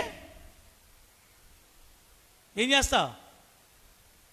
నీ ప్రాంతమును, నీకున్న పాత అలవాట్లను, నీకున్న పాత స్వభావాన్ని విడిచిపెడతావు. అప్పుడు దేవుడిని ఆశీర్వదిస్తాడు. ఆశీర్వదించిన తర్వాత ఉన్నతుడైన దేవుడిని తెలుసుకోండి. ఉన్నతుడైన దేవుడిని తెలుసుకున్నప్పుడు మెల్కీషెదెకు అనే క్రమానికి నువ్వు వస్తావు. శత్రువుపై విజయాన్ని పొందుతావు. తాళం కప్పుడు ఎప్పుడు ఇవ్వాలండి? ఇల్లు ఖాళీగా ఉంది, ఇంట్లో ఎవరు లేరు, ఇల్లు ఖాళీగా ఉంది, పనులు జరుగుతున్నాయి, ఇంట్లో ఏ వస్తువులు ఏమి లేవండి. ఇంత తాళం కప్ప వేస్తారా ఎవరన్నా? ఎప్పుడు పడుతుందా ఇంటికి తాళం? కట్టబడినప్పుడు ఏమైనా పడుతుందండి? అబ్బాబే ఎప్పుడు ఏ పడతాయి తాళం? ఆ ఇంట్లో గృహప్రవేశం అయిపోయిన తర్వాత ఫ్రిడ్జ్ ఉన్న స్థలంలో ఫ్రిడ్జ్ వచ్చి, స్టవ్ ఉన్న దగ్గర స్టవ్ వచ్చి, బీరువాలో బంగారం పెట్టి, సొరుగులో డబ్బులు పెట్టి, ఇంట్లో విలువైన వస్తువులు పెట్టినాడు, మంచాలు, ఇవన్నీ ఇల్లంతా నింపడినప్పుడు అప్పుడు ఈ అమ్మగారు ఎక్కడికి వెళ్తున్నాడు ఏమి వేస్తారండి? అన్ని గదులకి లాక్లు వేసారా? లాకేసావా? మళ్ళీ గట్టిగా లాగేస్తావు. వేసిన తర్వాత అంటే పడిందో లేదో డౌటు. మళ్ళీ సంక దూరం వెళ్ళిన తర్వాత అయ్యో తాళం వేస్తేనే లేనేమన్నా మళ్ళీ వస్తావు. కుక్కలైతే ఓసారిలాగ ఓ పాస్టర్ గారు, పాస్టర్మ్మ గారు, నేను అమలాపురం వెళ్తున్నాం. వెళ్తుంటే దారిలో పాస్టర్మ్మ దగ్గర సొల్లంగ వరకు వచ్చేసామండి. పాస్టర్మ్మ గారు డౌట్ వచ్చింది, తాళం వేసామంటారా రూమ్కి? గ్యాస్ కట్టానంటారా? వాళ్ళ కుదురులేదు, మాకు కుదురులేదండి. ఇంక ఎక్కడెక్కడ ఫోన్లు చేయడం చేయడం ఏంటి డౌటు. ఎందుకు ఒక అబ్బాయికి వెళ్ళి పంపించారు, తాళం బాగానే ఉందండి వేసారండి అని. అప్పుడు కుదురు పడ్డదండి. మేము దగ్గర ఆ యానం దాటిన తర్వాత మురమ్మల్లో వెళ్ళే వరకు కూడా, ఆ మునివారం దాటి వరకు కూడా మాకు మనసు కుదరలేదు. నాలుగు కుదరలేదు, మాకు కుదిరి. ఎందుకంటే ఇంటికి తాళం వేసేవలేదు. మరి ఏం పెట్టారు దాచారు నాకు తెలియదు. అలాగే దినకాల సమయంలో మహిమాస్వరూపుని దేవుడు తెలుసుకున్న తర్వాత, సర్వోన్నతుడైన దేవుని తెలుసుకునే ప్రత్యక్షత నీకు వచ్చినప్పుడు, అప్పుడు శత్రువుపై నీకు విజయాన్ని ఇస్తాడు దేవుని ఇస్తాడు. అబ్రహాం అప్పుడు ఇచ్చాడండి 10వ వంతు. ఎవరికి ఇచ్చాడు? 10వ వంతు అప్పుడు ఇచ్చాడండి. శత్రువుపై విజయము. సర్వోన్నతుడైన దేవుడైన నువ్వు తెలుసుకున్నప్పుడు మాత్రమే నీవు దేవునికి భాగం ఇవ్వగలవు. ప్రథమ స్థానం ఇస్తావు దేవునికి. ప్రథమ స్థానం ఇస్తున్నావా? దేవునికి ప్రథమ స్థానం ఏమైనా ఇవ్వగలుగుతున్నావా? అన్నీ అయిపోయిందో. కొంతమంది 10వ భాగం అంటే అన్నీ అయిపోయిందో తీయడం కాదు. ముందు నీ చేతికి రాబడి రాగానే ముందు దేవుడు ధనము తీయాలి. అర్థమవుతుందా? ముందు ఏం చేసాడండి? నాకేమొద్దు, నీ పూతుకు పూల కూడా నాకు అక్కర్లేదు, నీ చెప్పుల జత కూడా అక్కర్లేదు, నీ దారం పోగు కూడా, నూలు పోగు కూడా నాకు అక్కర్లేదు నాయన. దేవుడు నన్ను దీవించాడు. ఈ జయమిచ్చింది ఎవరో తెలుసా? ఓ సొదొమ గుమర రాజా, ఈ జయమిచ్చింది సర్వోన్నతుడైన నా దేవుడు. నా కొరకు ప్రార్థించే ఒక దైవజనుడు ఉన్నాడు, ఒక మందిరం ఉంది. దానివల్లే దేవుడు నాకు ఈ విజయం ఇచ్చాడు. కాబట్టి నీవు ఇచ్చిన ఈ దోపుడు సమయంలో 10వ వంతు నమ్మకముగా అక్కడికి పట్టుకెళ్ళాలి. నన్ను బలపరిచాడు. నీవు సర్వోన్నతుడైన దేవుడు నువ్వు ప్రత్యక్షతగా నువ్వు తెలుసుకున్నప్పుడే అదవుతుందండి.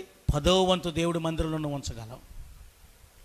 ఇక 3వ విషయము, సర్వశక్తి గల దేవుడు ఎల్ షడాయ్ అన్నాడు.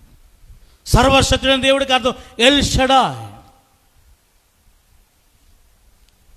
ఆయన ఈ లోకములో ఇది చెయ్యగలడు, ఇది చెయ్యలేడు అన్నది దేవుడికి. ఎందుకంటే ఆయనకు సాటైన వాడు ఎవరు లేదంటున్నాడు కీర్తన 40లో. ఆయన సర్వశక్తి గల దేవుడు. ఆయన బలులను నైవేద్యాలు అడిగే దేవుడు కాదండి. నీకు ఇచ్చిన తర్వాత అందులో దేవునికి నమ్మకం. సర్వోన్నతుడు నువ్వు తెలుసుకుంటే, దేవుని విలువ నీకు తెలిస్తే ఆయనకు ప్రథమ స్థానం ఇస్తావు. అదే దేవుడి విలువ తెలియకపోతే కొంతమంది దేవుడి విలువ, దైవజనుడి విలువ తెలియదండి. కొంతమంది దైవజనుడు ఏమో ఆదివారం రావట్లేదే అని 2 వారాలు రాకపోతే ఫోన్ చేసో ఇంటికి వెళ్ళి ఏమో రావలేదని అనుకుంటాండి. పట్టగా చూసా నేను రాకపోతే వచ్చేసాడు ఇంటికి. నేను రాకపోతే చర్చ అంతా ఖాళీ, నేను రాకపోతే చర్చ నడదాం. దానికోసం కాదు, నిన్ను ప్రేమించి నీ కొరకు లెక్క అప్పు చెప్పవలసిన పని ఉంది. కాబట్టి నువ్వు ఏ స్థితిలో ఉన్నావో, ఏ పరిస్థితులు ఉన్నావో తెలుసుకోవడానికి, ప్రార్థన చేయడానికి వచ్చాడు దైవజనుడు. దేవుడి విలువ, దైవజనుడి విలువ నీకు నీ కంటికి మనోనేత్రాన్ని గుడ్డత్వం కలగజేయడం వల్ల ఈ విలువ నీకు తెలియదు.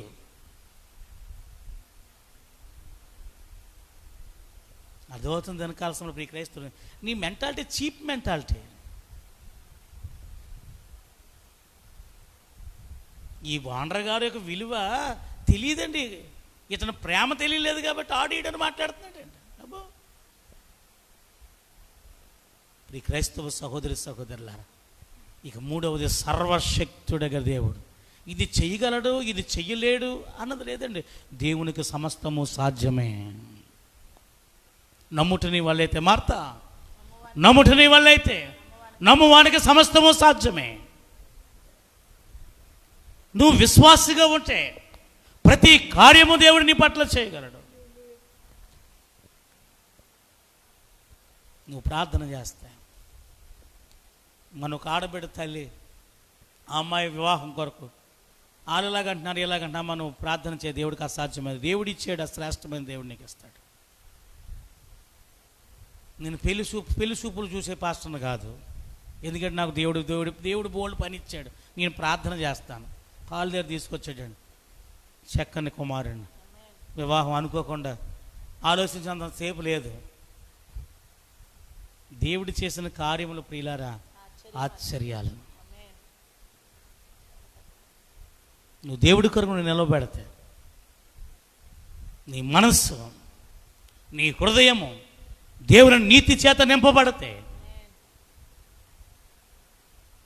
అర్థమవుతుంది. దాని కాల్సిన ప్రియ క్రైస్తవ చాలా జాగ్రత్తగా దేవుని వాక్యాన్ని మనం గమనించాలి.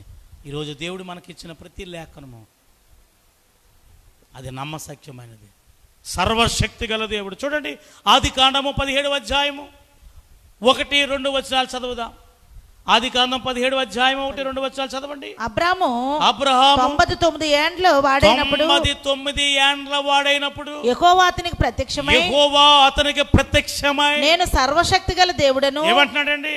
అబ్రహాము, నేను మహిమ గల దేవుడినే కాదు, నీవు సర్వోన్నతుడైన దేవుడినే కాదు, నేను సర్వశక్తి గల దేవుడను. నీ శరీరము బలము ఉడిగిపోయిన తర్వాత, నీ భార్య శరీరం బలం ఉడిగిపోయిన తర్వాత కూడా మనుషులకు అసాధ్యమైనవి నాకు సాధ్యమే. చనిపోయిన వారిని కూడా లేవనెత్తే దేవుడు.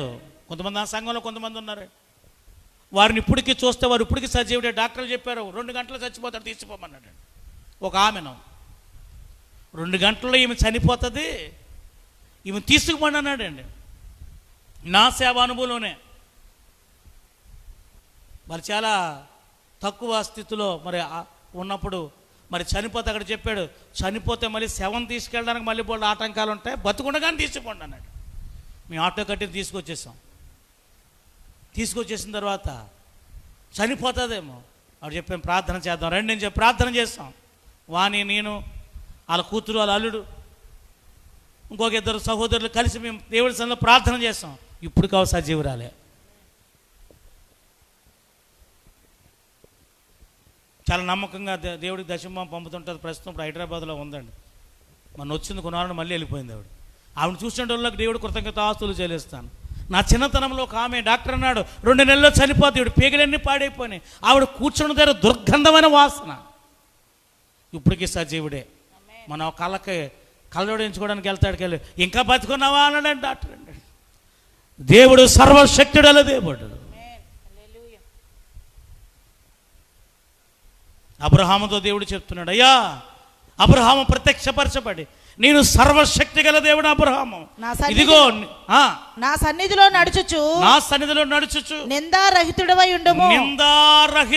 ఉండును, నాకును నీకును మధ్య నా నిబంధనను. దేవునికి స్తోత్రం.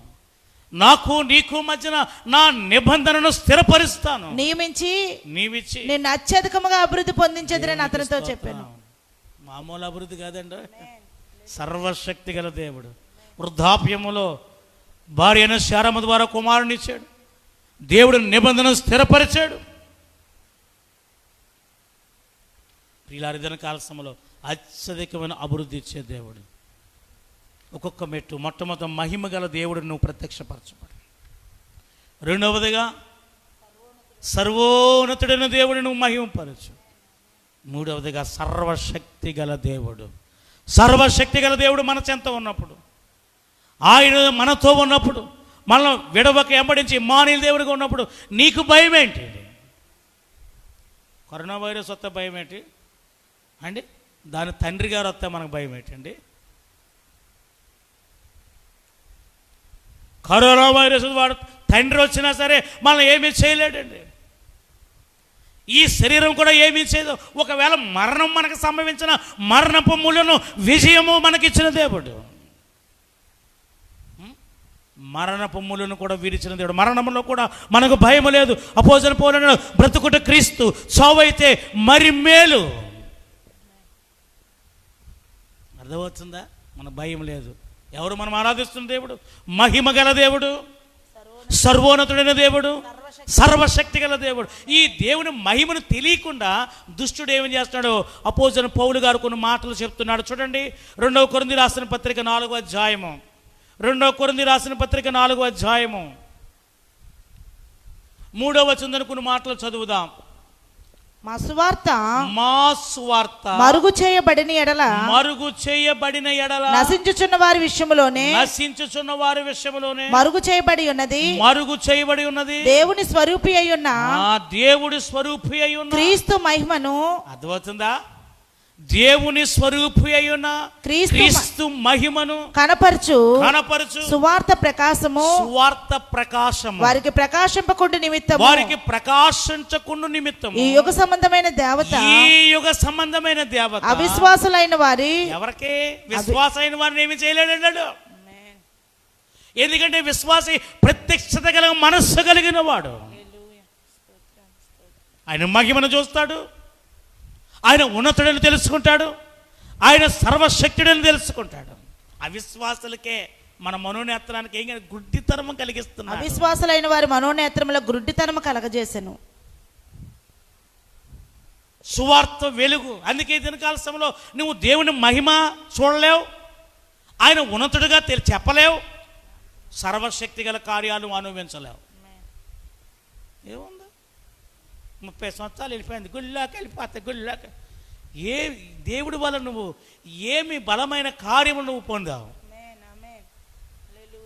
అవే పొందానండి, అంతలో మేడగట్టండి, ఎక్కడ ఉండిపోద్ది, ఎక్కడే ఉండిపోద్ది. మొన్నండి కిసిమెసి పండక్కి 150,000 ఎట్టి చేయించుకుందంట. మెల్ల అమ్మట్లేదండి అలా. ఈ 150,000 హారం చేయించుకుంది, ఆ తర్వాత మెల్ల తిరగట్లేదండి, బెల్ట్ వేసేసి.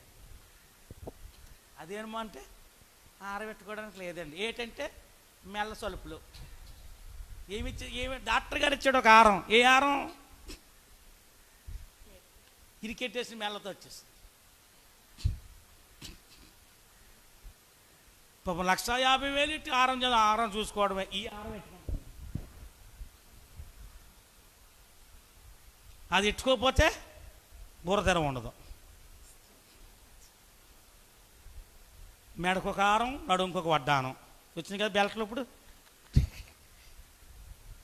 ఈ సైజు కాదండి, ఇంకో సైజు. ఈ సైజు కాదు, ఇంకో మనం మెడికల్ షాప్కి వెళ్తే సైజు తెగ మార్చేస్తుంది. నడానికేమో ఒక వడ్డానం, డాక్టర్ గారు ఇచ్చిన వడ్డానం, డాక్టర్ గారు ఇచ్చిన ఆహారం.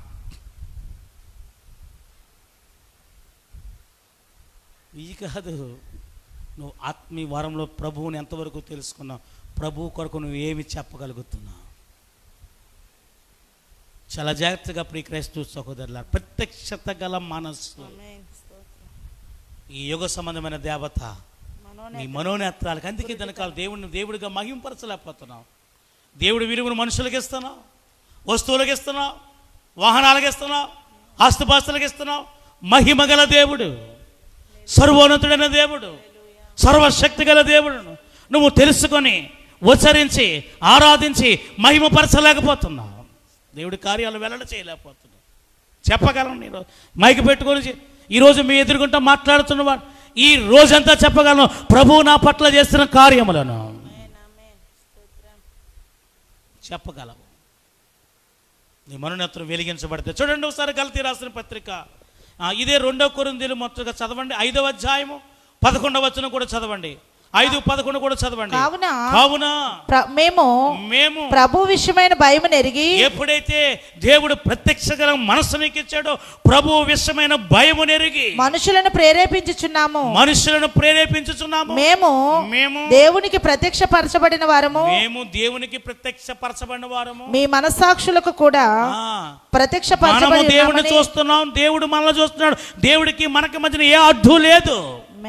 అబ్రహాముకు దేవుడికి మధ్యన ఏ అడ్డు లేదు. అబ్రహాముని అంటున్నాడు, అబ్రహాము నా స్నేహితుడు,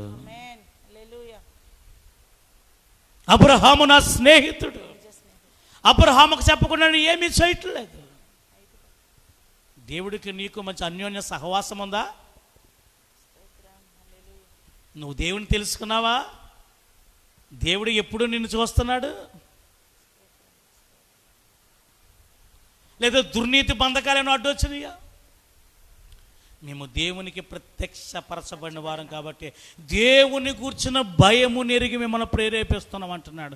చూడండి 2 కొరింథీయుల 4వ అధ్యాయం 10వ వచనం కూడా ఒకసారి చదవండి.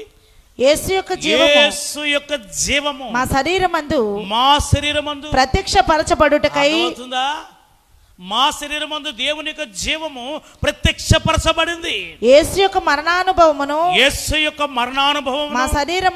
మా శరీరమందు ఎల్లప్పుడూ వహించుకొని పోవచ్చున్నాము. దేవుని తెలుసుకోవడం అంటే, దేవుని ప్రత్యక్షత అంటే ఏంటి? 3 అంతస్తుల మేడగట్టం, 2 కేలు బంగారం, ఇది కాదు. దేవునికి జీవము నీలో ఏమైనా ప్రత్యక్షపరచబడుతుందా?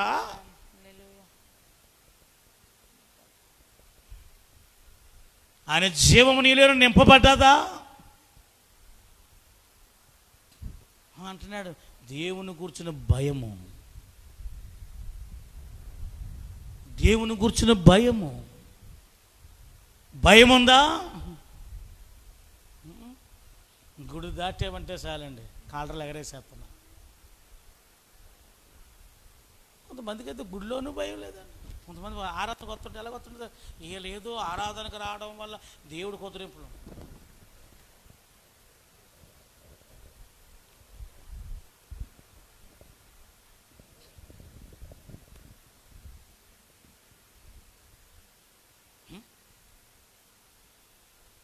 కొంతమంది ప్రైజ్ లాడ్ ఇలా కూడా చెప్పరండి.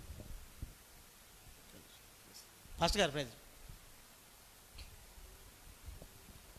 వీళ్ళు చూస్తుంటే నా మనసులో నవ్వుకుంటానండి. ఇలాంటి క్యారెక్టర్లు చాలామంది మాకు ఈ సేవ విధానంలో, ఈ 7 చోట్ల సేవలో మాకు చాలామంది కనబడుతుంటారు. వారిని బయట నుంచి చూస్తున్నాడు నేను అనుకుంటాను. మా హృదయం ఎన్ని చదివిన జ్ఞానం మాకు కొంచెం కలిగి ఉండడం వల్ల చూసి నవ్వుకుంటానండి.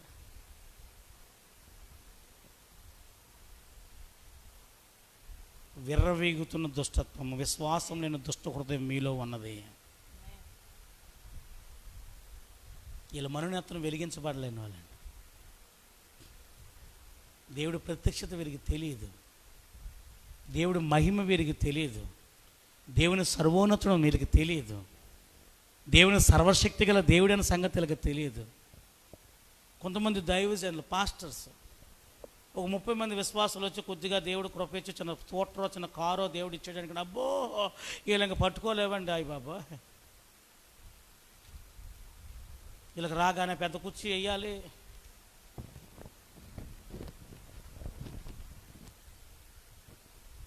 వీళ్ళ బిల్డప్లు చూడాలి.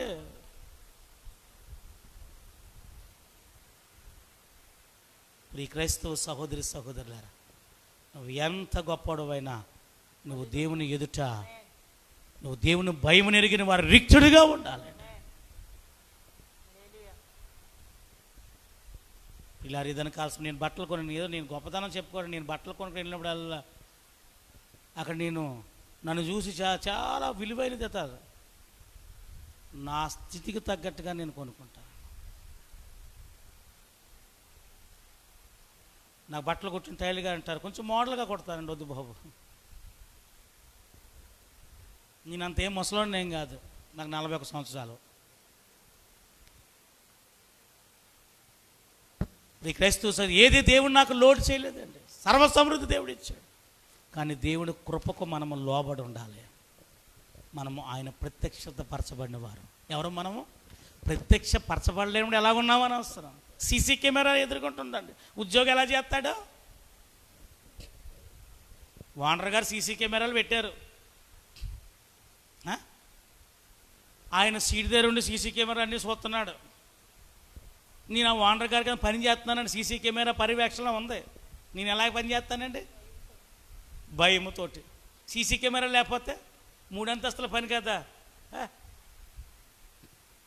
ఈ సీసీ కెమెరా ఉంది కాబట్టి ఏ పక్క నుంచి వానర్ గారు కనబడతాడు, నా భయం 102. మనము అలాగే ఉండాలి.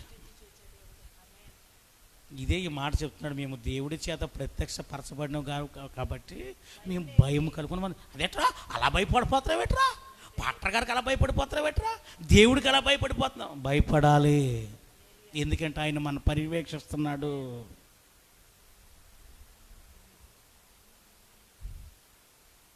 నా నడకను, నా పడకను, నేను కూర్చున్నట, నేను లేచుట నాకు ఆలోచన పుట్టకముందే నీకు ఎరిగి ఉన్నదయ్యా అంటున్నాడు దావీదు. పరిశీలించి పరిశోధన మనం ప్రత్యక్ష పరచబడి ఆయన మనం పర్యవేక్షిస్తున్నాడు. ఈ ఓనర్ గారు చూస్తున్నాడు, చాలా నమ్మకస్తుడు, చాలా నమ్మకంగా పనిచేస్తున్నాడు, ఇతనికి జీతం పెంచాలి. చూడు పక్కనోడు చూడు, ఆడి పని వేరేగా ఉంది. ఈ వ్యక్తి చూడు, ఈ వ్యక్తి చాలా నమ్మకంగా పనిచేస్తున్నాడు, కష్టపడుతున్నాడు, ఇతనికి జీతం. ఎందుకంటే ఓనర్ గారు ఎలా చూశారండి? కెమెరాలోని చూశారండి. ఓనర్ గారిని ఎదుర్కొంటలేరు కానీ ఆటలుగా ఆడేవాడిని కాదండి నేను. ఎందుకంటే నాకు తెలుసు ఆయన నన్ను చూస్తున్నారు, గమనిస్తున్నాడు. నువ్వు కూడా దేవుడి పర్యవేక్షణలో ఉన్నావు, ప్రత్యక్షపరచబడ్డావు. ఆయన భయం ఎరిగి ఎప్పుడైతే ఉన్నావో దేవుడు నీకు అత్యధికమైన దీవెన, అత్యధికమైన ఆశీర్వాదాలు, ఆయన మహిమ స్వరూపుగా తెలుసుకున్నావు, సర్వోన్నతుడిగా తెలుసుకున్నావు, సర్వశక్తుడిగా నువ్వు తెలుసుకున్నావు. దేవుని స్తోత్రం. ఇంకొక మాట చూడండి, ఇప్పుడు 2 కొరింథీ రాసిన పత్రికలోనే 5వ అధ్యాయం 11వ వచనం చదివారు కదా. అప్పుడు గలతీ రాసిన పత్రిక 3వ అధ్యాయము, గలతీలకు రాసిన పత్రిక 3వ అధ్యాయము 1వ వచనం చదవండి.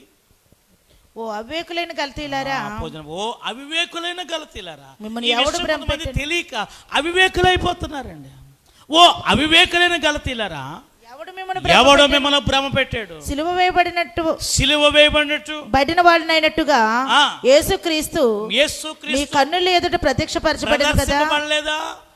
ఇది మాత్రమే మీ వలన తెలుసుకొని కోరుచున్నాను. ధర్మశాస్త్ర సంబంధ క్రియల వలన ఆత్మను పొందితిరా, లేక విశ్వాసముతో వినుట వలన పొందితిరా? మీరింత అవివేకులైతిరా. మొదట ఆత్మానుసారముగా ఆరంభించి శరీరానుసారం, ఇప్పుడు శరీరానుసారముగా పరిపూర్ణులగుదురా? ఆత్మానుసారంగా ఆరంభిస్తున్నాం. దేవుని చూడట్లేదు. వెంకట్రావునే, సుబ్బారావునే, అప్పారావునే చూస్తున్నాం. నాకంటే 30 సంవత్సరాల ముందు వెళ్తున్నాడు అప్పారావు గారు. దేవుని చూడు. మనుషులు వేస్తానని వేసుకోకు. పల్లపేట గారు అంటే కోటుముట్టు గడ్డం పెంచుకున్నారంట. కోటుముట్టు గడ్డం అండి, పెంచికట్టు గడ్డం.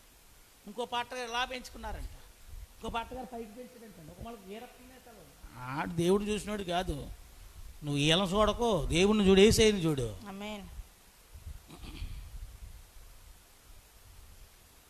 ఒకరిని చూసి విశ్వాసాలని ఒకరిని చూసి నేర్చుకోక. నీ పాట ఏదో నీదే, నీ ప్రసంగం ఏదో నీదే, నీ ఆరాధన ఏదో నీదే. నువ్వు యేసయ్యని చూసి నేర్చుకో. ప్రార్థన చేయి. మనం ఎలా ప్రార్థన చేస్తున్న దేవుడు నాకు ఒక తలం పెట్టాడండి. అది నా స్థితికి మించిందే. రాత్రి చెప్పాను కదా మీకు, 2022లో ఆ ప్రాజెక్టు చేయాలని తప్పకుండా చేస్తాను. నా ప్రతి ఆశను దేవుడు తీర్చాడు, తప్పకుండా తీరుస్తాడు. నేనేదో గొప్పవాడు కదా, సంఘము ద్వారా, ఏలియా మినిస్ట్రీస్ ద్వారా జరగాలది. నేనున్నంత వరకు కాదండి, నేను లేకపోయినా సరే అది సంపూర్ణంగా ఎప్పుడు భూమి ఆకాశం ఉన్నంత వరకు నెరవేరాలి. అర్థమవుతుందా? దేవుడి దగ్గర నువ్వు ప్రార్థన చేస్తున్నప్పుడు, దేవుడితో నువ్వు గడుపుతున్నప్పుడు, అబ్రహాము దేవుడి కొరకు ఆలోచించినప్పుడే ఆయనకు ప్రత్యక్షత ఇచ్చాడు. నువ్వు కూడా దేవుడి కొరకు ఆలోచిస్తే ఎందుకు ప్రత్యక్షత ఇవ్వడు? దేవుడి కొరకు ఎలా చేయాలి, అలా చేయాలి, ఎందుకు నీ హృదయంలో ప్రేరేపణ దేవుడు ఏంచాడు?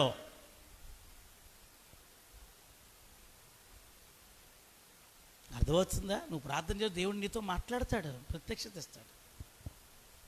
ఈ పరిచర్లన్నీ ఈ విధంగా చేయగలుగుతూనే ఉంటే కారణం దేవుడు అనుగ్రహించిన ప్రత్యక్షతే. దేవునికి స్తోత్రం. చూడండి ఒకసారి ఆఖరగా ఎఫెసీ రాసిన పత్రిక 1వ అధ్యాయము 17 నుంచి 19 వరకు గబగబగా చదవండి. సమయం అయింది కాబట్టి ముగించుకుందాం. ఎఫెసీ పత్రిక 1వ అధ్యాయము మరియు 17 నుంచి 19 వరకు. మరియు మీ మనోనేత్రములు వెలిగింపబడినందున ఆయన మిమ్మల్ని పిలిచిన పిలుపు వలన నిరీక్షణ ఎట్టిదో పరిశుద్ధులలో ఆయన స్వాస్థ్యం యొక్క మహిమైశ్వర్యం ఎట్టిదో ఆయన క్రీస్తునందు వినియోగపరిచిన బలాతిశయమును బట్టి విశ్వసించు మనయందు ఆయన చూపు చూపుచున్న తన శక్తి యొక్క అపరిమితమైన మహత్యమెట్టిదో మీరు తెలుసుకొనవలెనని మన ప్రభువైన యేసుక్రీస్తు యొక్క దేవుడైన మహిమా స్వరూపియగు తండ్రి తను తెలుసుకొనుట యందు మీకు జ్ఞానమును ప్రత్యక్షతయును గల మనస్సు అనుగ్రహించునట్లు నేను నా ప్రార్థనల యందు మిమ్మల్ని గూర్చి ఇదన కాల్సిన ఈ మూడు విషయాల అపోస్తలుడు పౌలు చెప్తున్నాడు. ఆయన మహిమను, ఆయన శక్తిని, ఆయన ఉన్నతమైన మహోన్నతమైన శక్తిని నువ్వు తెలుసుకోవడానికి ప్రత్యక్షత గల మనసు మీకు అనుగ్రహించాలని ప్రార్థన చేస్తున్నాడు దైవజనుడైన పౌలు. ఎప్పుడైతే ప్రత్యక్షత గల మనస్సు దేవుడు నీకు ఇచ్చాడో ఆయన మహిమా స్వరూపాన్ని తెలుసుకుంటాం, సర్వోన్నతుడని తెలుసుకుంటాం, సర్వశక్తి గల దేవుడని తెలుసుకుంటావు. తెలుసుకుంటున్నావా? తెలుసుకుంటే చెబుతావు, అనుభవించి. యెహోవా దయాళుడని రుచి చూచి ఉన్న ఎడల. ఇదన కాలంలో ప్రియులారా, రెండు చేతులు జోడించి మీ అందరికి చెప్తున్నాను ప్రియులారా, ఈ మాటలు నీ కుటుంబాల్లో ఉండి, ఏ ప్రాంతంలో ఉండి నీవు ఆలకిస్తున్న ఈ లైవ్ ద్వారా ఈరోజు ప్రత్యక్ష మనస్సు నీకు అనుగ్రహించాలని, ఇప్పుడు వరకు ఈ యుగ సంబంధమైన దేవత నీ మనోనేత్రాన్ని గుడ్డత్వం కలిగించి ప్రత్యక్షత లేకుండా ఉన్నావేమో, దేవుని మహిమను తెలుసుకోకుండా ఉన్నావేమో, ఆయన సర్వోన్నతుడిని తెలుసుకోకుండా ఉన్నావేమో, ఆయన సర్వశక్తి గలవాడని తెలుసుకోకుండా ఉన్నావేమో, ఏదో నేను ఆరాధిస్తున్న ఒక దేవుడిని అనుకున్నావేమో, ఆయన సాక్షి అయిన వాడు ఎవరో లేరన్న సంగతి తెలుసుకో. వేల్పులలో ఆయన వంటి వాడు లేడు, సాటి అయిన సహాయకుడు లేడు. రాజులకు రాజు, ప్రభువులకు ప్రభు, దేవాది దేవుడు, సర్వశక్తి గల దేవుడు, సర్వోన్నతుడైన దేవుడు, మహిమా స్వరూపైన దేవుడు, ఆయన తెలుసుకునే మనోనేత్రము దేవుడు నీకు అనుగ్రహించలాగన, ప్రత్యక్షత గల మనస్సు దేవుడిచ్చలాగన ప్రార్థించు. యుగ సంబంధమైన దేవత మీ మనోనేత్రం గుడ్డత్వాన్ని కలిగించిందేమో ప్రియ సహోదరి, ప్రార్థించు. నీ హృదయాన్ని దేవుడు తేటపరిచి, దేవుడిని తెలుసుకొని నిజ దేవుని ఆరాధించి ఆయన ఉన్నతమైన కృప నీవు, నీ కుటుంబము, నీ బిడ్డలు పొందుకునేలాగన మోకరించండి, ప్రార్థన చేసుకుందాం. మీరున్న స్థలములో మోకరించండి. ప్రభువా, ఈ యుగ సంబంధమైన దేవత నా మనోనేత్రానికి ఇప్పుడు వరకు గుడ్డత్వం కలిగించింది నాయన. నీ కొరకు ప్రత్యక్షత గల మనస్సు మాకు అనుగ్రహించండి. నీ మహిమను చూసే ప్రత్యక్షత, నీవు సర్వోన్నతుడని నీవు తెలుసుకునే ప్రత్యక్షత. ఓ దేవా స్తోత్రం. నీవు సర్వశక్తుడు అని తెలుసుకునే ప్రత్యక్షత. అబ్రహాము తెలుసుకున్నాడు, అత్యధికమైన ఆశీర్వాదాలు అబ్రహాం పొందుకున్నాడు. ఈరోజు నీవు ఆయన ఉన్నతమైన కృప చేత బలపరచబడలాగన ప్రార్థన చేసుకుందాం. విన్న వాక్యాన్ని జ్ఞప్తి చేసుకుంటూ,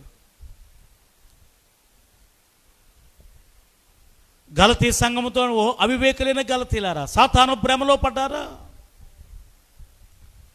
దేవుని చూస్తున్నావా, మనుషులను చూస్తున్నావా? దేవుని చూసే ప్రత్యక్షత మనస్సు దేవుడిని అనుగ్రహించలాగన ప్రార్థన చేసుకోండి. మహాగణుడా, మహోన్నతుడా, పరిశుద్ధుడా, మహిమగల తండ్రి, నా ప్రియాత్మీయ బిడలను, నా ప్రియాత్మీయ సంఘాన్ని ఈ మధ్యాహ్న కాల సమయంలో జ్ఞాపకం చేసుకుంటున్నాను. ప్రత్యక్షత గల మనస్సులు బిడలకు అనుగ్రహించండి. నీవు మహిమా స్వరూపమని, నీవు సర్వోన్నతుడు అని, నీవు సర్వశక్తి గల దేవుడు అని నిన్ను స్పష్టముగా తెలుసుకునే మనస్సుల బిడలకు అనుగ్రహించి నీ కృప చేత బిడ్డలు బలపరచండి.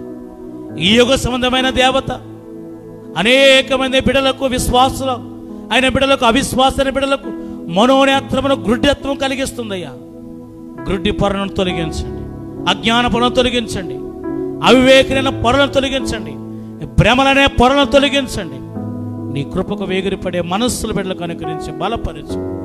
విన్నవాక్యం బిడ్డల హృదయాల్లో నూరింతలుగా ఫలింపచేయి. యేసు పరిశుద్ధ నామాన్ని అడిగి వేడుకొనుచున్నాము తండ్రి, ఆమేన్. Praise God. ప్రభు నందు ప్రియులారా, మీ అందరికీ నా హృదయపూర్వక వందనాలు. మరి ఈ వాక్యమును మీరు ఆత్మీయ క్షేమాభివృద్ధికి ఉపయోగపడుతుందని నమ్ముతున్నాను. మీ అందరికీ దేవుడు ప్రత్యక్ష మనస్సు దేవుడు అనుగ్రహించులాగున, అలాగనే ఎవరన్నా బలహీనలుగా ఉన్నట్లయితే వారి కొరకు నేను ప్రార్థన చేస్తాను. కళ్ళు మూసుకోండి. మహాగణుడా, మహోన్నతుడా, ఈ లైవ్లో అయా తండ్రి ఈ ఆరాధన వీక్షిస్తున్న వారు అవసరతల చేత కానీ లేక బలహీనతల చేత కానీ ఎవరు ఉన్నట్లయితే, ప్రస్తుతం ఈ పరిస్థితుల్లో బలహీనలుగా ఉన్నట్లయితే బిడ్డలు ముట్టండి. నీ ఆరోగ్యం రెక్కల చాటున నీ కృపగల హస్తాల బిడ్డలను భద్రపరిచి, ఏ కీడు బిడ్డలను సమీపించకుండా నీ రెక్కల చాటును భద్రపరిచి నీ కృపలో బిడ్డలను ముట్టండి. దైవిక స్వత్తాన్ని అనుగ్రహించమని, నీ ఉన్నతమైన కృప దీవెన మెండుగా అనుగ్రహించమని యేసు నామమున అడుగుచున్నాము తండ్రి, ఆమేన్. స్తోత్రం. అందరికి వందనాలు. మరి మా కొరకు ప్రార్థన చేయండి, పరిచయం కొరకు ప్రార్థన చేయండి. మరలా మనమందరము మరి మంగళవారము, 3వ మంగళవారం క్రీస్తు పరిచయం రోజు మనం కలిసి దేవుని సన్నిధిలో స్తుతించి ఆరాధిద్దాం. అప్పటి వరకు దేవుడి కృప మీకు